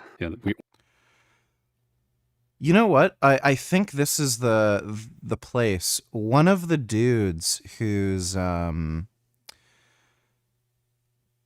doing this thing, this project, he was found out to be like a cuckold, and he liked watching his wife get fucked by like a gang of dudes. He'd literally invite like groups of dudes over to fuck his wife, and he'd just like watch in the corner and jerk off. Let me see if I can find the article. White only community. Fuck. I think that.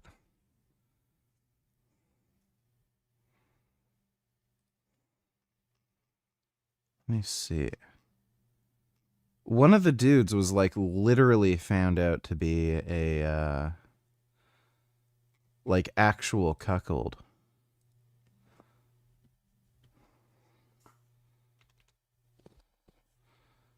It's either a cuckold or like a swinger.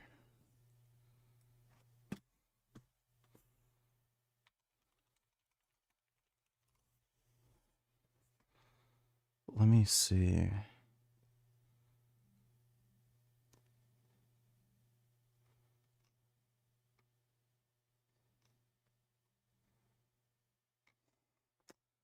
Let me see. I know for sure it was this thing. White only community exposed as cuck or something. Can't find the thing. I know one of the main dudes who started this thing. He used to like do like weird cuckolding with his wife. It's pretty funny.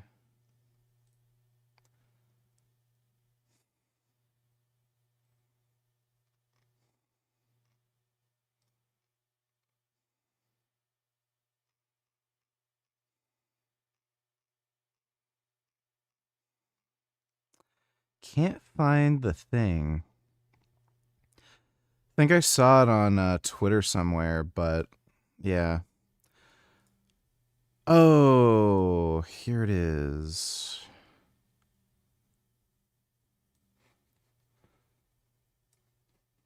Leader of Whites Only Enclave, Eric Orwell, starred in a series of live stream porn videos with his wife for cash. I don't think I have access to the full article. Yeah, I think this dude, he actually was like cucking with his wife. Oh shit. Whoops. Okay, good thing that was not on camera.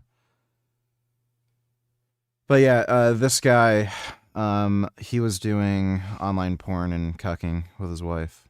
Weird, whatever trans things are going on now. Yeah, I'm not for that. Basically, what you would. How are you feeling? Frank has uploaded new shorts. Let me take a look. I'm feeling fine overall. It's just I fucked up my neck. I woke up with a fucked up neck. I think I just slept in a funny position, and neck is just bothering me. No new shorts, unfortunately. He uploaded this yesterday. This was hilarious. If you guys want a quick eye update, we can activate frog mode pretty easily. So unless my eyes are focusing, one of them will That is crazy. always go out, and I can actually switch which one is in focus. And this is because we had a strabismus surgery to try to fix my cross eyes. So I was really cross-eyed after that doctor botched me, and they turned my eyes out. What they should have done was add medial support, which they did now, but now my eyes are pointing out because of that strabismus surgery they did. So we have to undo one of the corrective surgeries that was actually the incorrect procedure to do. That is, if things don't look better in another month or two, because my vision really hurts. It always goes out of focus. It's very hard to keep my eyes like this. Aesthetically, I don't have a negative canthal tilt anymore. My eyes are further set apart, so I might actually look better than I did before any surgery, but the pain and vision issues.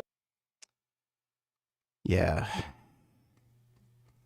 That was a bad idea. Thanks for the donation, though, James.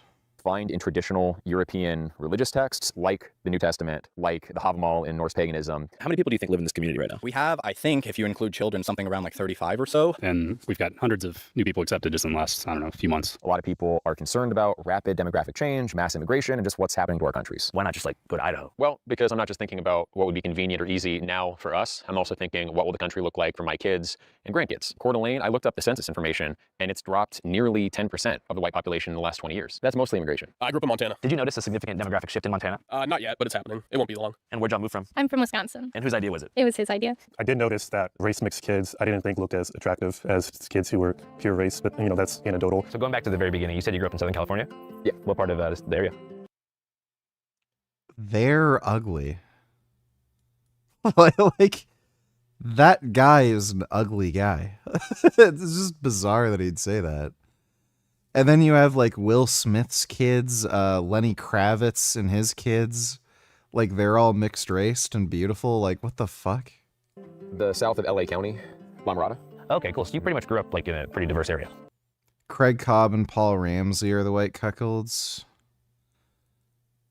Are they part of that community thing? Yeah, I heard about that guy being a cuck. That guy's crazy, too. Paul Ramsey. And, I don't think I'm familiar with Paul Ramsey. I don't even know if I'm finding the right one. But, yeah, a lot of these white supremacists are, like, fucking weirdos. They talk about traditional family values, and they're, like, having gay sex. They're having other dudes fuck their wives and shit. Oh yeah, my elementary school was primarily Mexican. I remember we had some kind of cultural day, and they asked where your ancestors came from, and they were writing it on the board, and it was like Mexico, Mexico, Mexico, Mexico, England, Mexico, Mexico, Mexico. I mean, I have no other identity I can go back to. I'm a quarter or more Norwegian, and then I'm German, and I'm English. So I can't say that I'm English. I can't say I'm German. I can't say I'm Norwegian alone. I'm not even majority any of those things. So the only identity that I have, ethnocultural identity, is as a white American. And I think that's most white Americans, actually. It seems like the idea of white people or whiteness that we know today that's referenced by the media or by the Associated Press is a relatively new construction. Like talking to my grandparents who grew up in Philadelphia, you had different sections of town that belonged to different, very tight-knit European communities. You had the Irish neighborhoods, German neighborhoods, Italian, Polish, Greek, and then with the mass influx of African Americans from the South during the Great Migrations, those lines kind of dissolved and they became a more loose unit of pan-European whites who fled the cities, and that's part of the reason that Philadelphia became so overwhelmingly black. And so now I don't know my ancestral Irish culture because it dissolved as a result of the political situation at the time. A lot of traditions have been lost throughout the process of white assimilation. Yeah, and that's true. That's definitely part of it. I don't think Mexican heritage has those same issues. Latinos, though, it's interesting. They They come from a bunch of different indigenous backgrounds, plus the Spanish influence, and they have no problem like seeing their commonality, and they kind of embrace it. Like La Raza, it means the race, and they're very pro this kind of unified Latino thing. Hey guys, what's up? I'm at the Waffle House. Not too far away from the RTTL settlement. Very different vibe, I'm happy to be here. Anyways, we were just talking about Mexico and Spanish stuff, so I figured now's a good time to tell you. Decided to attend a performing arts school in upstate New York. During his schooling, he became infatuated with the works of classical European composers, who gave him a sense of tradition that he finally felt connected to. I went to school at Eastman for French horn performance, so I'm a big fan of, Bruckner and Brahms and Strauss and Mozart and Beethoven, all that stuff. After college, Eric's admiration for the Mozarts of the world This guy's literally Squidward. Morphed into a total obsession with Greek philosophy and ancient European history. Those old European cultures. Today, Europe stuff is still his primary fixation and passion. I personally have a lot of respect for the Dutch. The Mycenaean Greeks were this big force at the end of the Bronze Age. The religious traditions of pagan Europe had valuable things to teach us. All European people are descended from 3 ancestral groups: the Western hunter-gatherers, the steppe herders, and then from the Neolithic farmers, who came from Anatolia around 9000 BC, initially into Greece, and then spreading everywhere else. As a Neoplatonist, I kind of agree with Iamblichus. I like Atlantis research. That's another hobby. You think Atlantis was a real place? 100%. And they were also in Western Europe at various times. Atlantis was not a real place. But do you have French pride? I'm not French. These interests ultimately led Eric into a career in philosophical content creation, beginning with his first videos over 13 years ago. The term philosophy was first coined by Pythagoras. What we might call pleasure and pain, I think more neutrally and generally could be termed positive and negative subjective value. We can talk about that level of egotism as being a kind in its own right. Gradually, from 2016 on, these videos became more politicized, focusing a bit less on Plato and metaphysics and more on a shadowy global elite who uses mind control on the unawoken masses. We can sacrifice, racial purity at a national level if we get cultural and racial integrity at the local level. It's this kind of content that caught the eye of most current RTTL settlers. I believe I came across Eric's X account. He has kind of a philosophy channel on YouTube and X. So I found him through philosophical content. I teach courses on Plato and Aristotle online. Through that, heard about Return to the Land and became interested. RTTL was initially marketed as a positive, community-based regression to a pre-industrial society. The way a state should be run is in the interest of the people, not a set of corporations, not just the ruling class, not just one man. And if you take the race stuff out of all of this, living this way does provide a pretty gratifying existence to people who've grown up in either Gen Z or millennial American society, where almost everyone is chronically online and frantically scavenging to pay rent in a limited job market. What are some things that you built here that you're very proud of? I don't know, I probably built like 30% of that starter home, maybe like 40% of the little cabin over there. Oh yeah, the other cabin over there, I might have built like 40% of that, but Do you feel like labor gives you the most personal gratification as far as your role here? As far as my role here, yes. It's also like a good thing to like keep each other responsible. Like it's very easy, as a teenager, like, oh yeah, I'm gonna get off of school and I'm gonna go home and like play video games. Stevie Wonder donate $2. This is how I expect hopping on 250 test will get me treated. Skip to 939. Wait, what? This is androgenic.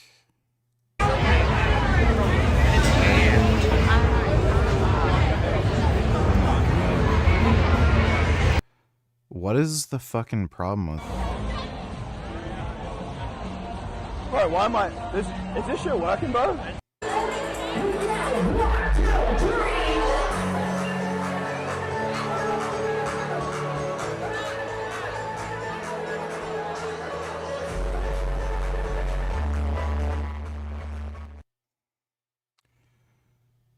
Is there anything that I'm supposed to see here? He's literally just walking around.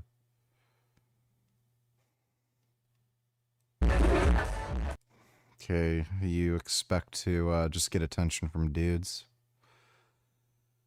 Thanks for that garbage link. Thanks for the donation, dude. Games and, do whatever else you do as a teenage boy in your bedroom for like 4 hours and then like before you know it, the day's gone, Yeah. Whereas here, if me and Jonathan, we're like being unproductive or whatever, we can kind of kick each other in the ass and be like, hey, like, what's going on? What's your favorite thing to do around here? I like to cook. I've cooked for the guys that work here. I don't really have hobbies or anything. She cooks a killer steak. I like being appreciated for my cooking. Almost everyone here at the land, I think, worked on this. Proud of it? Well, it was our first build, so most guys don't have any experience and we're just learning from YouTube. So YouTube taught you to build a house? Yeah, essentially. We bought it like raw undeveloped land, so that's been exciting. Kid Boo, donate $2. Let me see. Ladies, what yearly salary would you consider low for a man? He's got to be making like 70, 80,000. Says the That is not low. Socialist, hello? I'm not gonna fix society by myself, so I gotta live with it. You said you're a socialist, but the guy needs to make $70,000 to $80,000. But like I just said, I'm not gonna change the world by myself, so I have to. Yeah, socialist. What, your partner can't be indigent? I probably don't want to be with him if he's broke. For somebody who's a socialist, that's a rather. She's a socialist in the sense that I want a rich man who will share the money with me. Thanks for the donation, Kid Boo. What's the thing out here that you're most proud of in this homestead project so far? Probably the garden. I feel like David put a lot of work into just getting this ready for us to be here. I believe that polities should be small in scale to the point where you could conceivably know everyone in the community. I think there should be a diverse set of communities for people to choose from, like the Greek city-states. You know, if you didn't like how Corinth was governed, well, you could move to Athens. Building from the intellectual framework that Eric has created, race seems to almost arise as an unnecessary flashpoint for a group of people in a virtually Tommy Sotomayor, Louis Farrakhan, let me think. The Hodge twins, and Jesse Lee Peterson. Black Lives Matter is a far-left, liberal, radical, agitative organization founded by a bunch of black lesbians and homosexuals and Mr. Peterson, I suggest you give... Okay, like one of my best friends ever used to be Puerto Rican. He was a lot of fun, but it's sort of like, you know, you have these big ethnic blocks that are like boulders, right? And you can build a bridge across and like meet in the middle and be friends with someone from another ethnic group, of course, right? But it's very unstable. It doesn't last. What happened with your Puerto Rican friend? Oh, nothing. He just moved away. He moved back to Puerto Rico. We said? I was a little bit sad, yeah. Damn, that sucks, man. Hey guys, what's up? Communities like the one here in the Ozarks are real-life manifestations of online echo. Oh, you guys are dating? Yes. Courting. What's courting? Courting is just like dating with more steps. Essentially, we have to be like verified by our supervisors and guardians, people we look up to and respect. And whoa. Beta. No shit, these people are fags. Holy crap. Now it all makes sense why so many of these dudes are like having gay sex and letting like dudes fuck their girlfriends and shit. Imagine being this much of a faggot that you have to get permission from somebody to fuck some bitch. Whoa, this guy is a beta male faggot. Holy crap, what a pussy. And they both monitor our relationship and help to advise whether or not we are good for each other. If they decide we are good for each other, then they walk us along and help us to pursue the relationship. Yes, I can't really do things on my own, and I'm like gonna have to ask permission first, and if I'm told no, then I'm just gonna listen. Holy shit, what a fucking simp, dude. That would, you know, end in the best outcome, which would be getting married and having as many children as possible. For Jonathan, who grew up in a Mennonite colony until he was 6, exiting standard society and courting his future wife in isolation is the only viable option for long-term success in today's dating culture. What is right with the dating culture? Every woman on the internet is more or less advertising herself. You ever just wanna?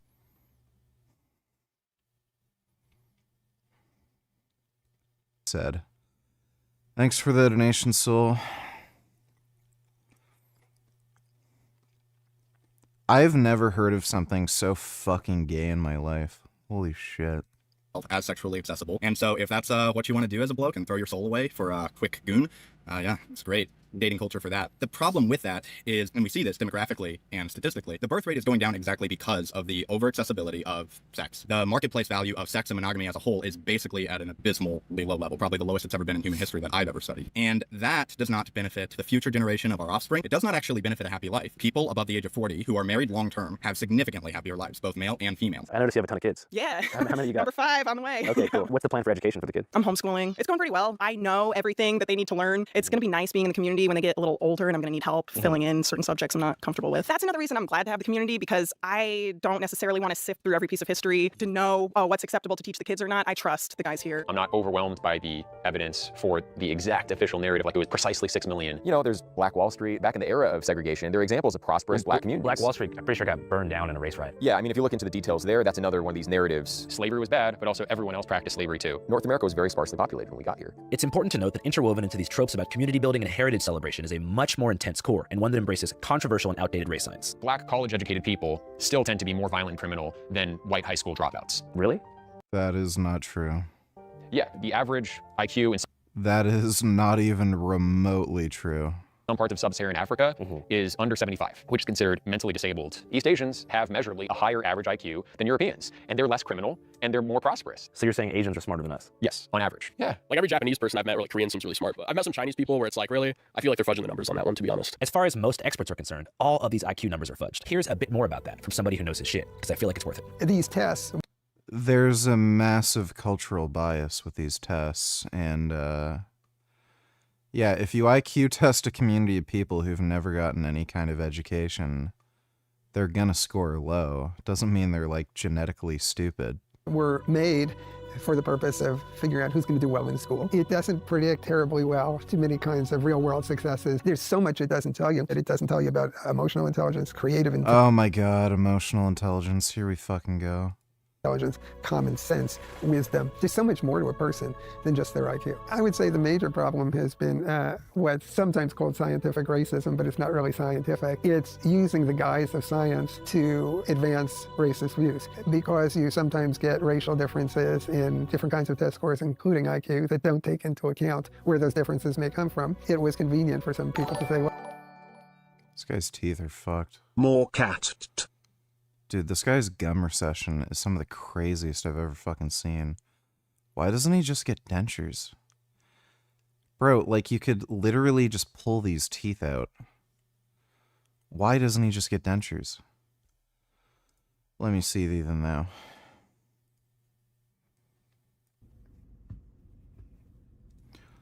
Oh. Oh my goodness.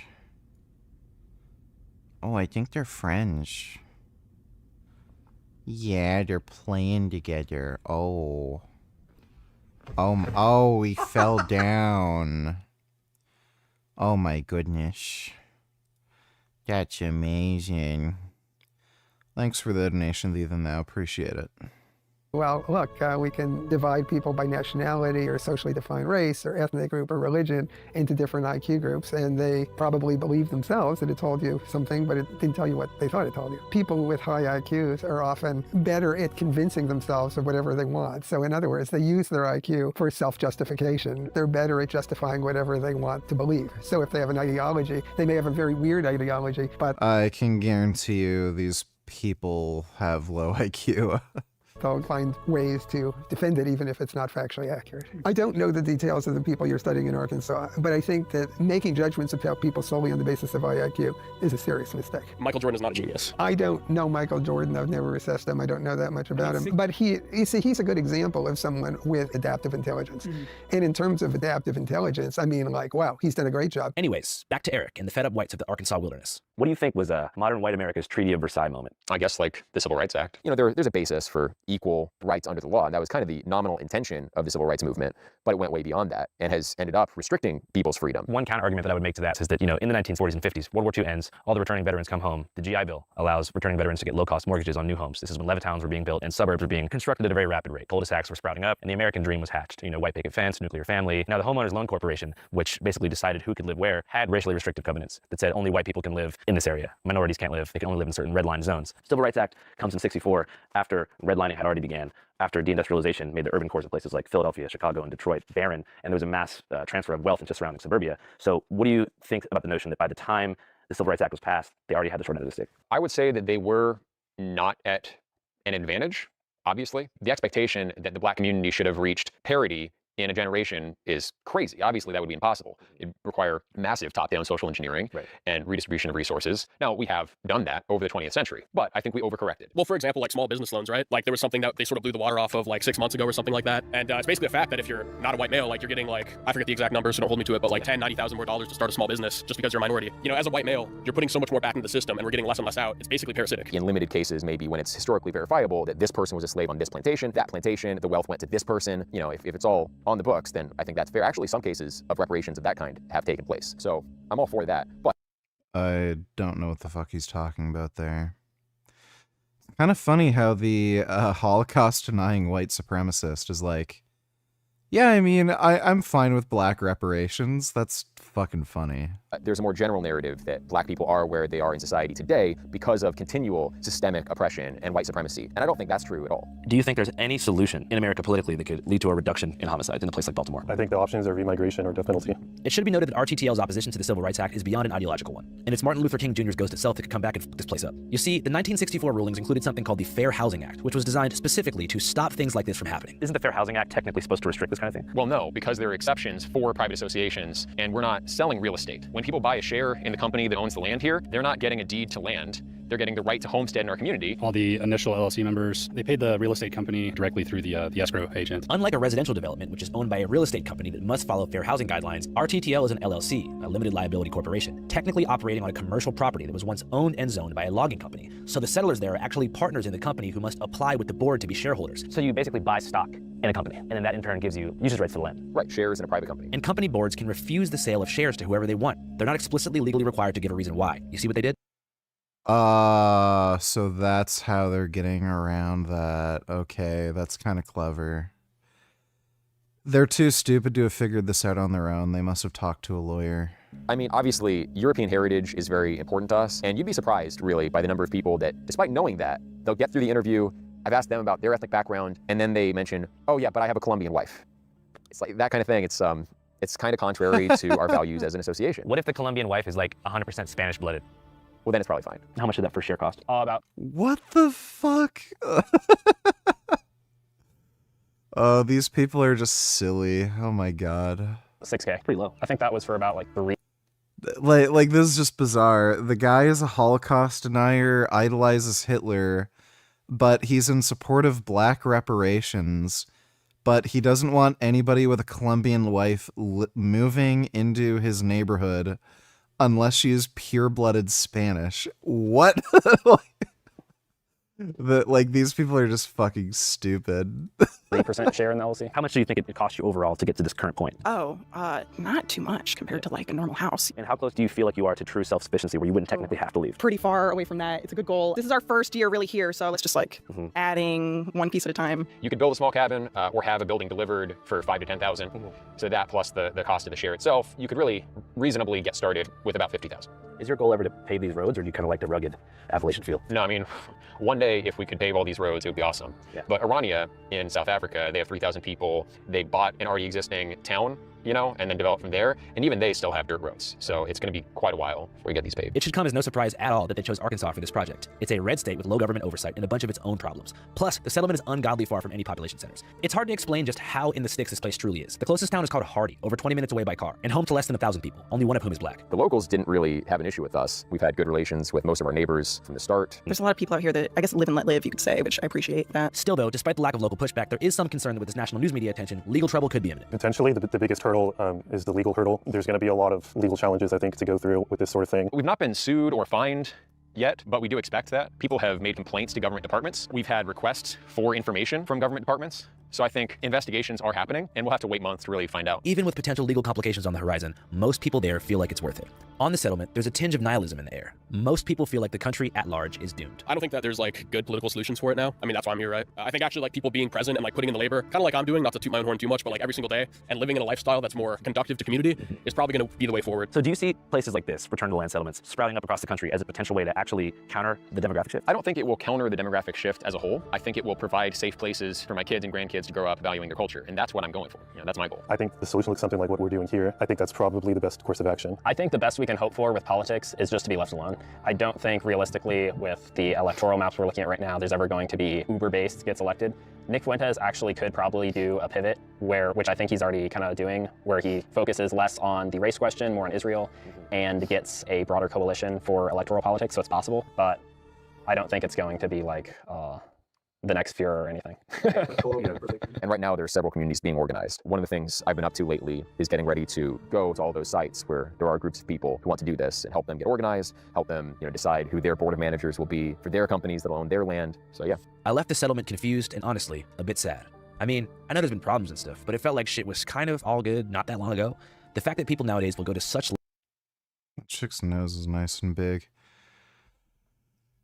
If they ever end up getting very large pieces of land, there's very clearly they're gonna get sued.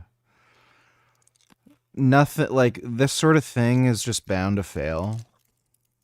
They're clearly using some very odd legal loophole, and they're not actually running a real business. Like, there's no way they'd be able to prove that in court.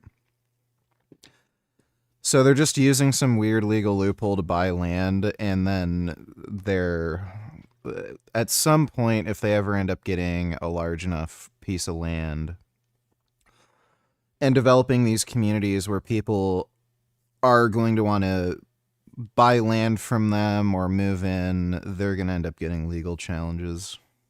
lengths to feel seen and heard is a symptom of a far greater social ill than meets the naked eye through this video. The American experiment is beginning to crack in new ways, and armies of the confused are shaping and writing the narrative. If I live a long and healthy life, I truly wonder how things will look when I'm 80 years old, and if I'll be equipped to explain to the youth of the future where and how we went wrong. Were they cowards? I had to figure it out. Thank you, sir. Then I remember Callahan is an Irish name. I am Irish. So I feel like after this strange RTTL experience, I owed it to myself to figure out. You were speaking Irish at home? That's just the cause of language deaths all over the world. But I mean, the real credit for the Irish language revival goes to these families who refused to break that chain in the first place, who kept the language alive for us in particular because we're from the north. In the north of Ireland, what you had was quite a high... Oh, fuck, dude. Why are there so many cucked Irish that are pro-Palestine? A concentration of Protestant people. So you had sectarianism. So if you were an Irish Catholic, which meant that you were effectively an indigenous Irish person, you couldn't access education, you couldn't vote, you couldn't own land over a certain size, you couldn't speak the Irish language. If you want to see our entire documentary, Inside the Revival of the Irish Language, it is available. Those are nice sheep.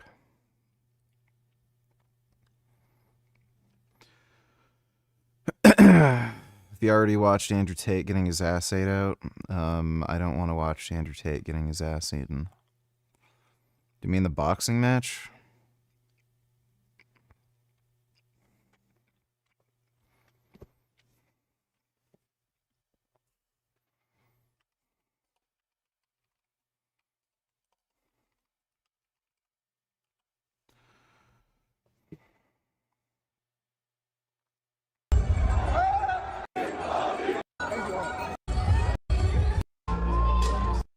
Based on Andrew Tate's face and the other guy's face, it seems like Andrew just kept getting pieced up. Kid boot only $2, let me see.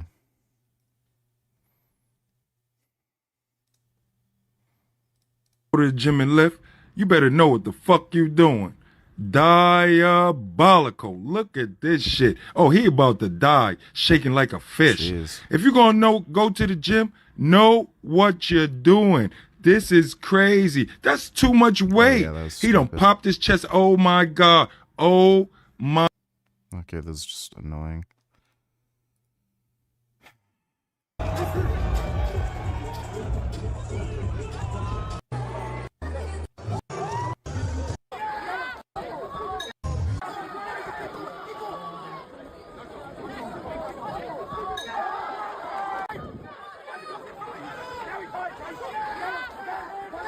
Okay, this is unwatchable. I don't know if anybody uploaded full fight. The 85 plus kickboxing bouts into the squared circle right. The hands naturally low for Andrew Tate. Yeah, Tate definitely looks like he's in good shape.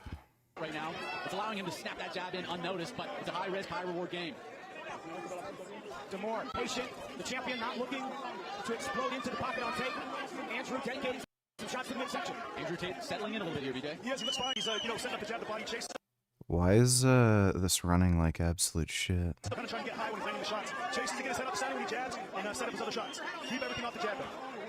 We talk about Demore's physical appearance, right? It seems like he has everything. This is weird. Why is it like freezing and then jumping forward? Right hand whatsoever, BJ. No, not yet. He's still trying to find the range. And, if I'm Chase Demore, I'm going to get that left jab going a little more authoritative. He's giving one round away to Andrew Tate so far. No problems. 5 to go, but let Andrew Tate get up to a good start. Strong clinch from Andrew Tate showing his experience. Opponent. Disadvantage. He's get the shot going. Big right from Demore. Tate meets him well. Okay, this is unwatchable. Whatever. Nobody was expecting this. They thought it was going to be a one-sided beatdown for Andrew Tate, and I think this surprised a lot of people. Andrew Tate's eye playing up once again in this fight. From the first round, there was a clear amount of ring rust from Andrew Tate. He looked very stiff. There was no fluid punches or movement. He is very flat-footed. Chase was actually... Especially for a guy who used to do kickboxing, that's a little weird. Using the reach that he has and putting that jab in his face, but there was clear stiffness. Andrew Tate has had a lot of inactivity and obviously been in prison, and that showed in the first round. He was very stiff coming out in this fight. These are two really heavy guys, and they gassed really early. Andrew Tate, a lot of inactivity, Chase not a lot of experience, and both of them had their chins in the air, their arms low. Literally by the second and third round, these guys were blowing for air and swinging the most wild punches. Chase does have a really awkward, unorthodox style. Someone with a lot of experience will find hard, but it seems like Andrew Tate was trying to find them big shots rather than staying active and really pushing the jab regular at Chase. Big shot from the champion. Chase covering up. This is Chase Demore's opportunity. Nothing really landing clean, Ben. Andrew Tate ended up getting caught with a bunch of shots and his eye got cut. You know, he struggled with eye injuries in the past. This got into him mentally, and Chase just ended up teeing up, and Andrew Tate's gas tank completely went. Chase looks wobbled. They got her right there, right up. That was a tough shot. Chase Demore trying to put him away. Like this. Big uppercut. What does Andrew Tate have left? And he's down. Let's see what the referee will decide here. It's a push. Yeah, with the punch. But still, DeMore right in front of him, continues to strike. Tate eating shot after Yeah, it looks like he couldn't really do anything. shot, trying to escape. This could be the beginning of the end. 49 seconds. DeMore has nothing but time. Pounded away. Andrew returning 220-pound body on top of He just got his ass kicked. He literally didn't do anything. tough shot. Chase DeMore trying to put him away. The Cobra has never been the king of the jungle. 2 minutes for the champion to work. Huge lead, uppercut landed. He swarms him, but he's not able to find the second shot that he needs against such an experienced fighter. Andrew Tate able to weather the storm. Tied him up nice there, Riley. Using smart veteran tactics. Andrew Tate just wasn't with it tonight and did not deserve the victory. Look, the commentary was kind of biased. Chase was landing a more effective shots. I think Andrew Tate started well and got the early rounds, but the inactivity, you have to pay your dues in the ring. This guy's faced legal issue after legal issue and trained in fitness, but you have to stay under them bright lights and keep boxing to win the matches. 57 even. Judged by Escalade. Yeah. That was not a split decision. Like, give me a break. On Sunday, scores the bout 58 to 56. Judge Gary Kitanowski scores the bout 58-56. And your winner by majority decision. Right, I hope y'all get it. When Yeah, he just straight up got his ass kicked. Andrew Tate and Jake Paul losing in the same weekend. Imagine an Andrew Tate highlight reel KO. Yeah, that's. So do you think Chase has a chance? I don't think he's quite shit. I just think there's certain people that even if they haven't trained crazy, they've got like the basic understanding of punching. Some guys you really have to. It's like trying to teach a Brazilian jiu-jitsu guy how to punch. Sometimes they just look gay and weird when they do it. You know what I mean? I think that Tate is fighting a guy like that, and I think he's gonna get hit hard. Tate's a real fighter. I've seen his old fights. I've seen him scrapping guys. He really knows what he's doing. So I think he's gonna nastily put him.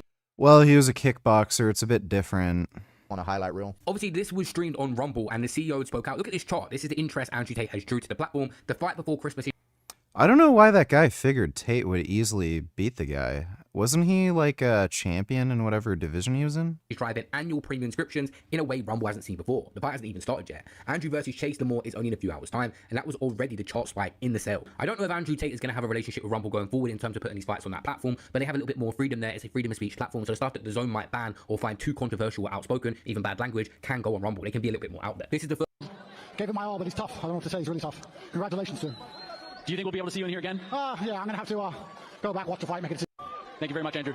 There is no excuses because this is the best version of Andrew Tate. He was doing everything right in training camp. Chase DeMore is an opponent that is decent and stayed active. But moving on to the KSIs and the Logan Pauls and the Jake Pauls right now, maybe someone like Logan has had inactivity himself. There's still big matchups for him. But him losing is going to be very hard to come back now. But he was taking his fight very serious. There's no doubt that Andrew Tate is taking his fight return serious. He was going through a mental evaluation on fight night, trying to keep his heart rate down in preparation for the fight. I assume maybe there's a little bit of ADHD because I see affinity. And I would assume that this guy knows how to calm himself.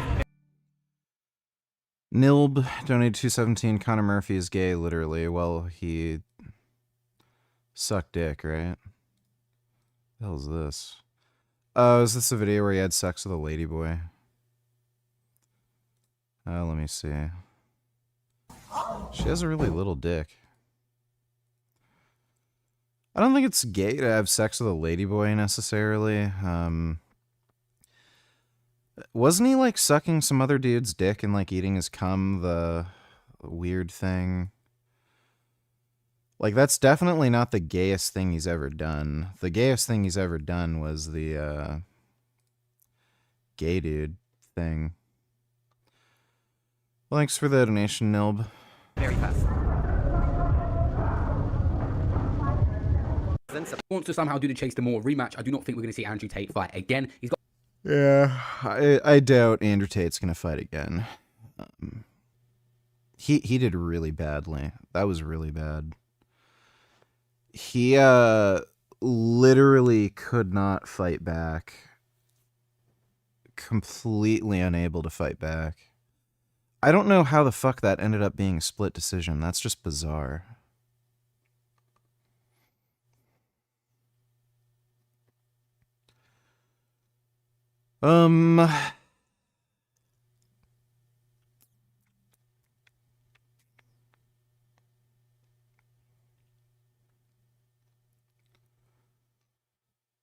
Spaghetti. Spaghetti.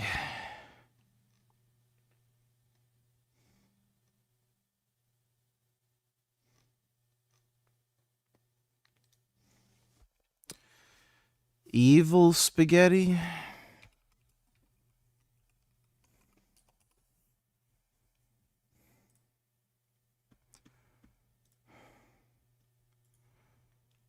Apparently, this is what evil spaghetti would look like. Does look rather evil.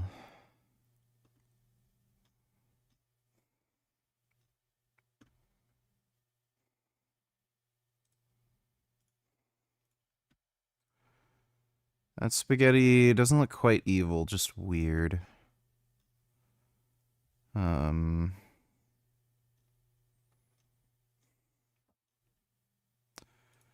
This looks like an evil person eating spaghetti. But the spaghetti itself is not evil.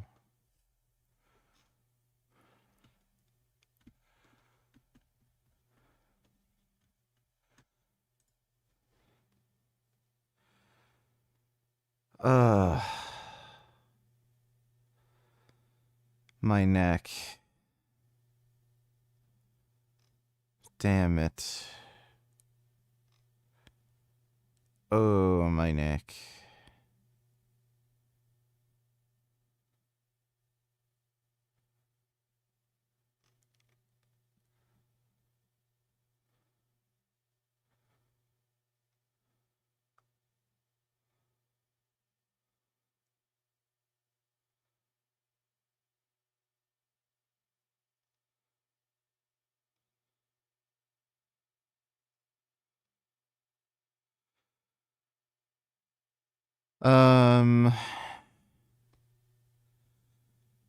Anyway. I think I'm gonna go to bed now. Oh. This week I called Kate Jenner and I was like, what the fuck? I don't think so.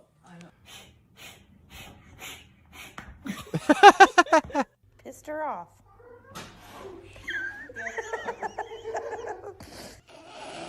Oh. Oh, that's a Savannah cat.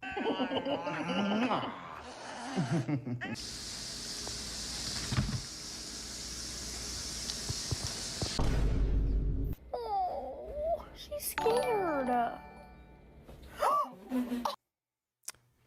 Kid Boo, don't you tell her he's talking about you. What's up? Can perfection come up in your crib? Man, fuck you. I'll see you at work. Nigga, don't hate me because I'm perfect, nigga. Maybe if you use the Dragon Balls to upgrade that cheap-ass haircut, you get some bitches on your dick. Oh, better yet, maybe Android 18 will call your dog ass if she stops fucking with that bald dwarf or old man she's fucking with. Nigga. What? Yeah. Yeah. Thanks for the donation, Kid Boo. Oh, look at your little kitty. I love you.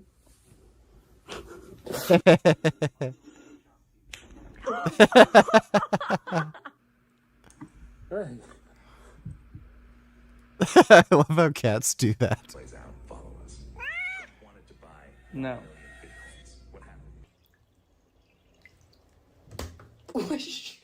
Sarah? Maybe we've. I can hear his purring from here. Yeah, maybe we've. Oh! Oh my god, that is a big cat. Dude, those Savannah cats are huge. Frank Tufano, donate $2. Look, Max, community is based. Watch 40 seconds onwards. Oh my god, that's fucking annoying. First thing we're gonna do, hop on roids. Something with an, that's highly androgenic, as in testosterone, without using a 5-alpha reductase inhibitor. I'll go into other videos in the future as to why I think DHT still can play a very important role in the masculinization process, not only like secondary male characteristics like deepening of the voice, more facial hair, but also like actual facial structure changes and development into adulthood. I did not inhibit my DHT whatsoever until this last year, when I also completely came off of gear. So when I got the whole of my like facial changes through hormone use, I was not inhibiting DHT that whole time. And I think that because I did that, my results were... I'm not bothering with any kind of DHT blockers. Honestly, I'd preferentially go bald. a lot better than they would have been if I would have like just ran test without with something like finasteride or dutasteride. But I'll get into that in future fucking videos. I know there's a bunch of controversy regarding that. Don't want to get into that in this video. But basically, yeah, run hormones for like 2.5 years, test, and then either GH or GH secretagogue, like what I ran. GH secretagogues are stupid. And MK677. I know MK gets a lot of shit. I think it's underrated. MK. It is not even worth rating. It's shit. I think is the fucking way to go. Best bang for your buck. That's just my opinion, though. But you could look into other peptides and shit, or obviously just straight up GH if you can afford it. You know, more acne, all this kind of shit, right? So while you're running the gear, don't be worried about, oh my god, I still look fucking chopped. Just wait, because after like 2.5 years, you're gonna stop taking gear, start taking finasteride or dutasteride to halt any further hair loss, and then do other shit. Minoxidil, derma rolling, derma stamping, the whole, I'll get into fucking hair loss in another video. I don't know why you'd ever stop taking gear. But there's also a lot of good shit on the internet. Basically, you know, full hair loss protocol. Not going to want to be at a maintenance or like in a calorie deficit the whole fucking job. Yeah, whatever. Thanks for the donation, dude. We're going to have to watch this some other time. But, big thanks to everybody who donated on Streamlabs. Appreciate it. Hope you all had fun. I went on a pickle run with Ask Yourself, and yeah, just when I got back home I was tired, so I just had to get some extra sleep. So stream ended up being late. But tomorrow should be streaming at a normalish time, so I'll see you all then. I think for Christmas, which is on Thursday, I'll do like a special Christmas stream, and I'll get some shit set up for that, where we'll probably start kind of early in the day, maybe like right around probably close to when I wake up, maybe like 10 a.m., between 10 a.m. and like 12 p.m. And then just do a really long stream until night, like special Christmas stream thing. But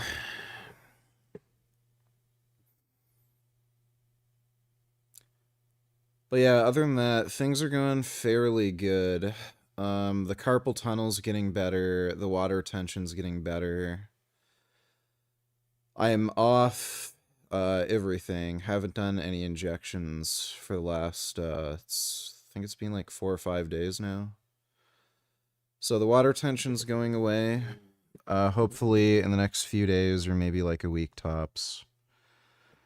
Just totally gone. And then we can start the test back up and then just go from there. I really, really want to get off the hydrochlorothiazide. That is fucking my shit up like you can't fucking believe. Hydrochlorothiazide is not something you want to take, especially in like higher doses. If you're doing training, it does not make your muscles feel good. But it's getting better. I was actually able to get a full night's sleep without waking up with nerve pain, so that's pretty good. Anyway, I will see you all tomorrow. Thanks again, everybody, and sweet dreams.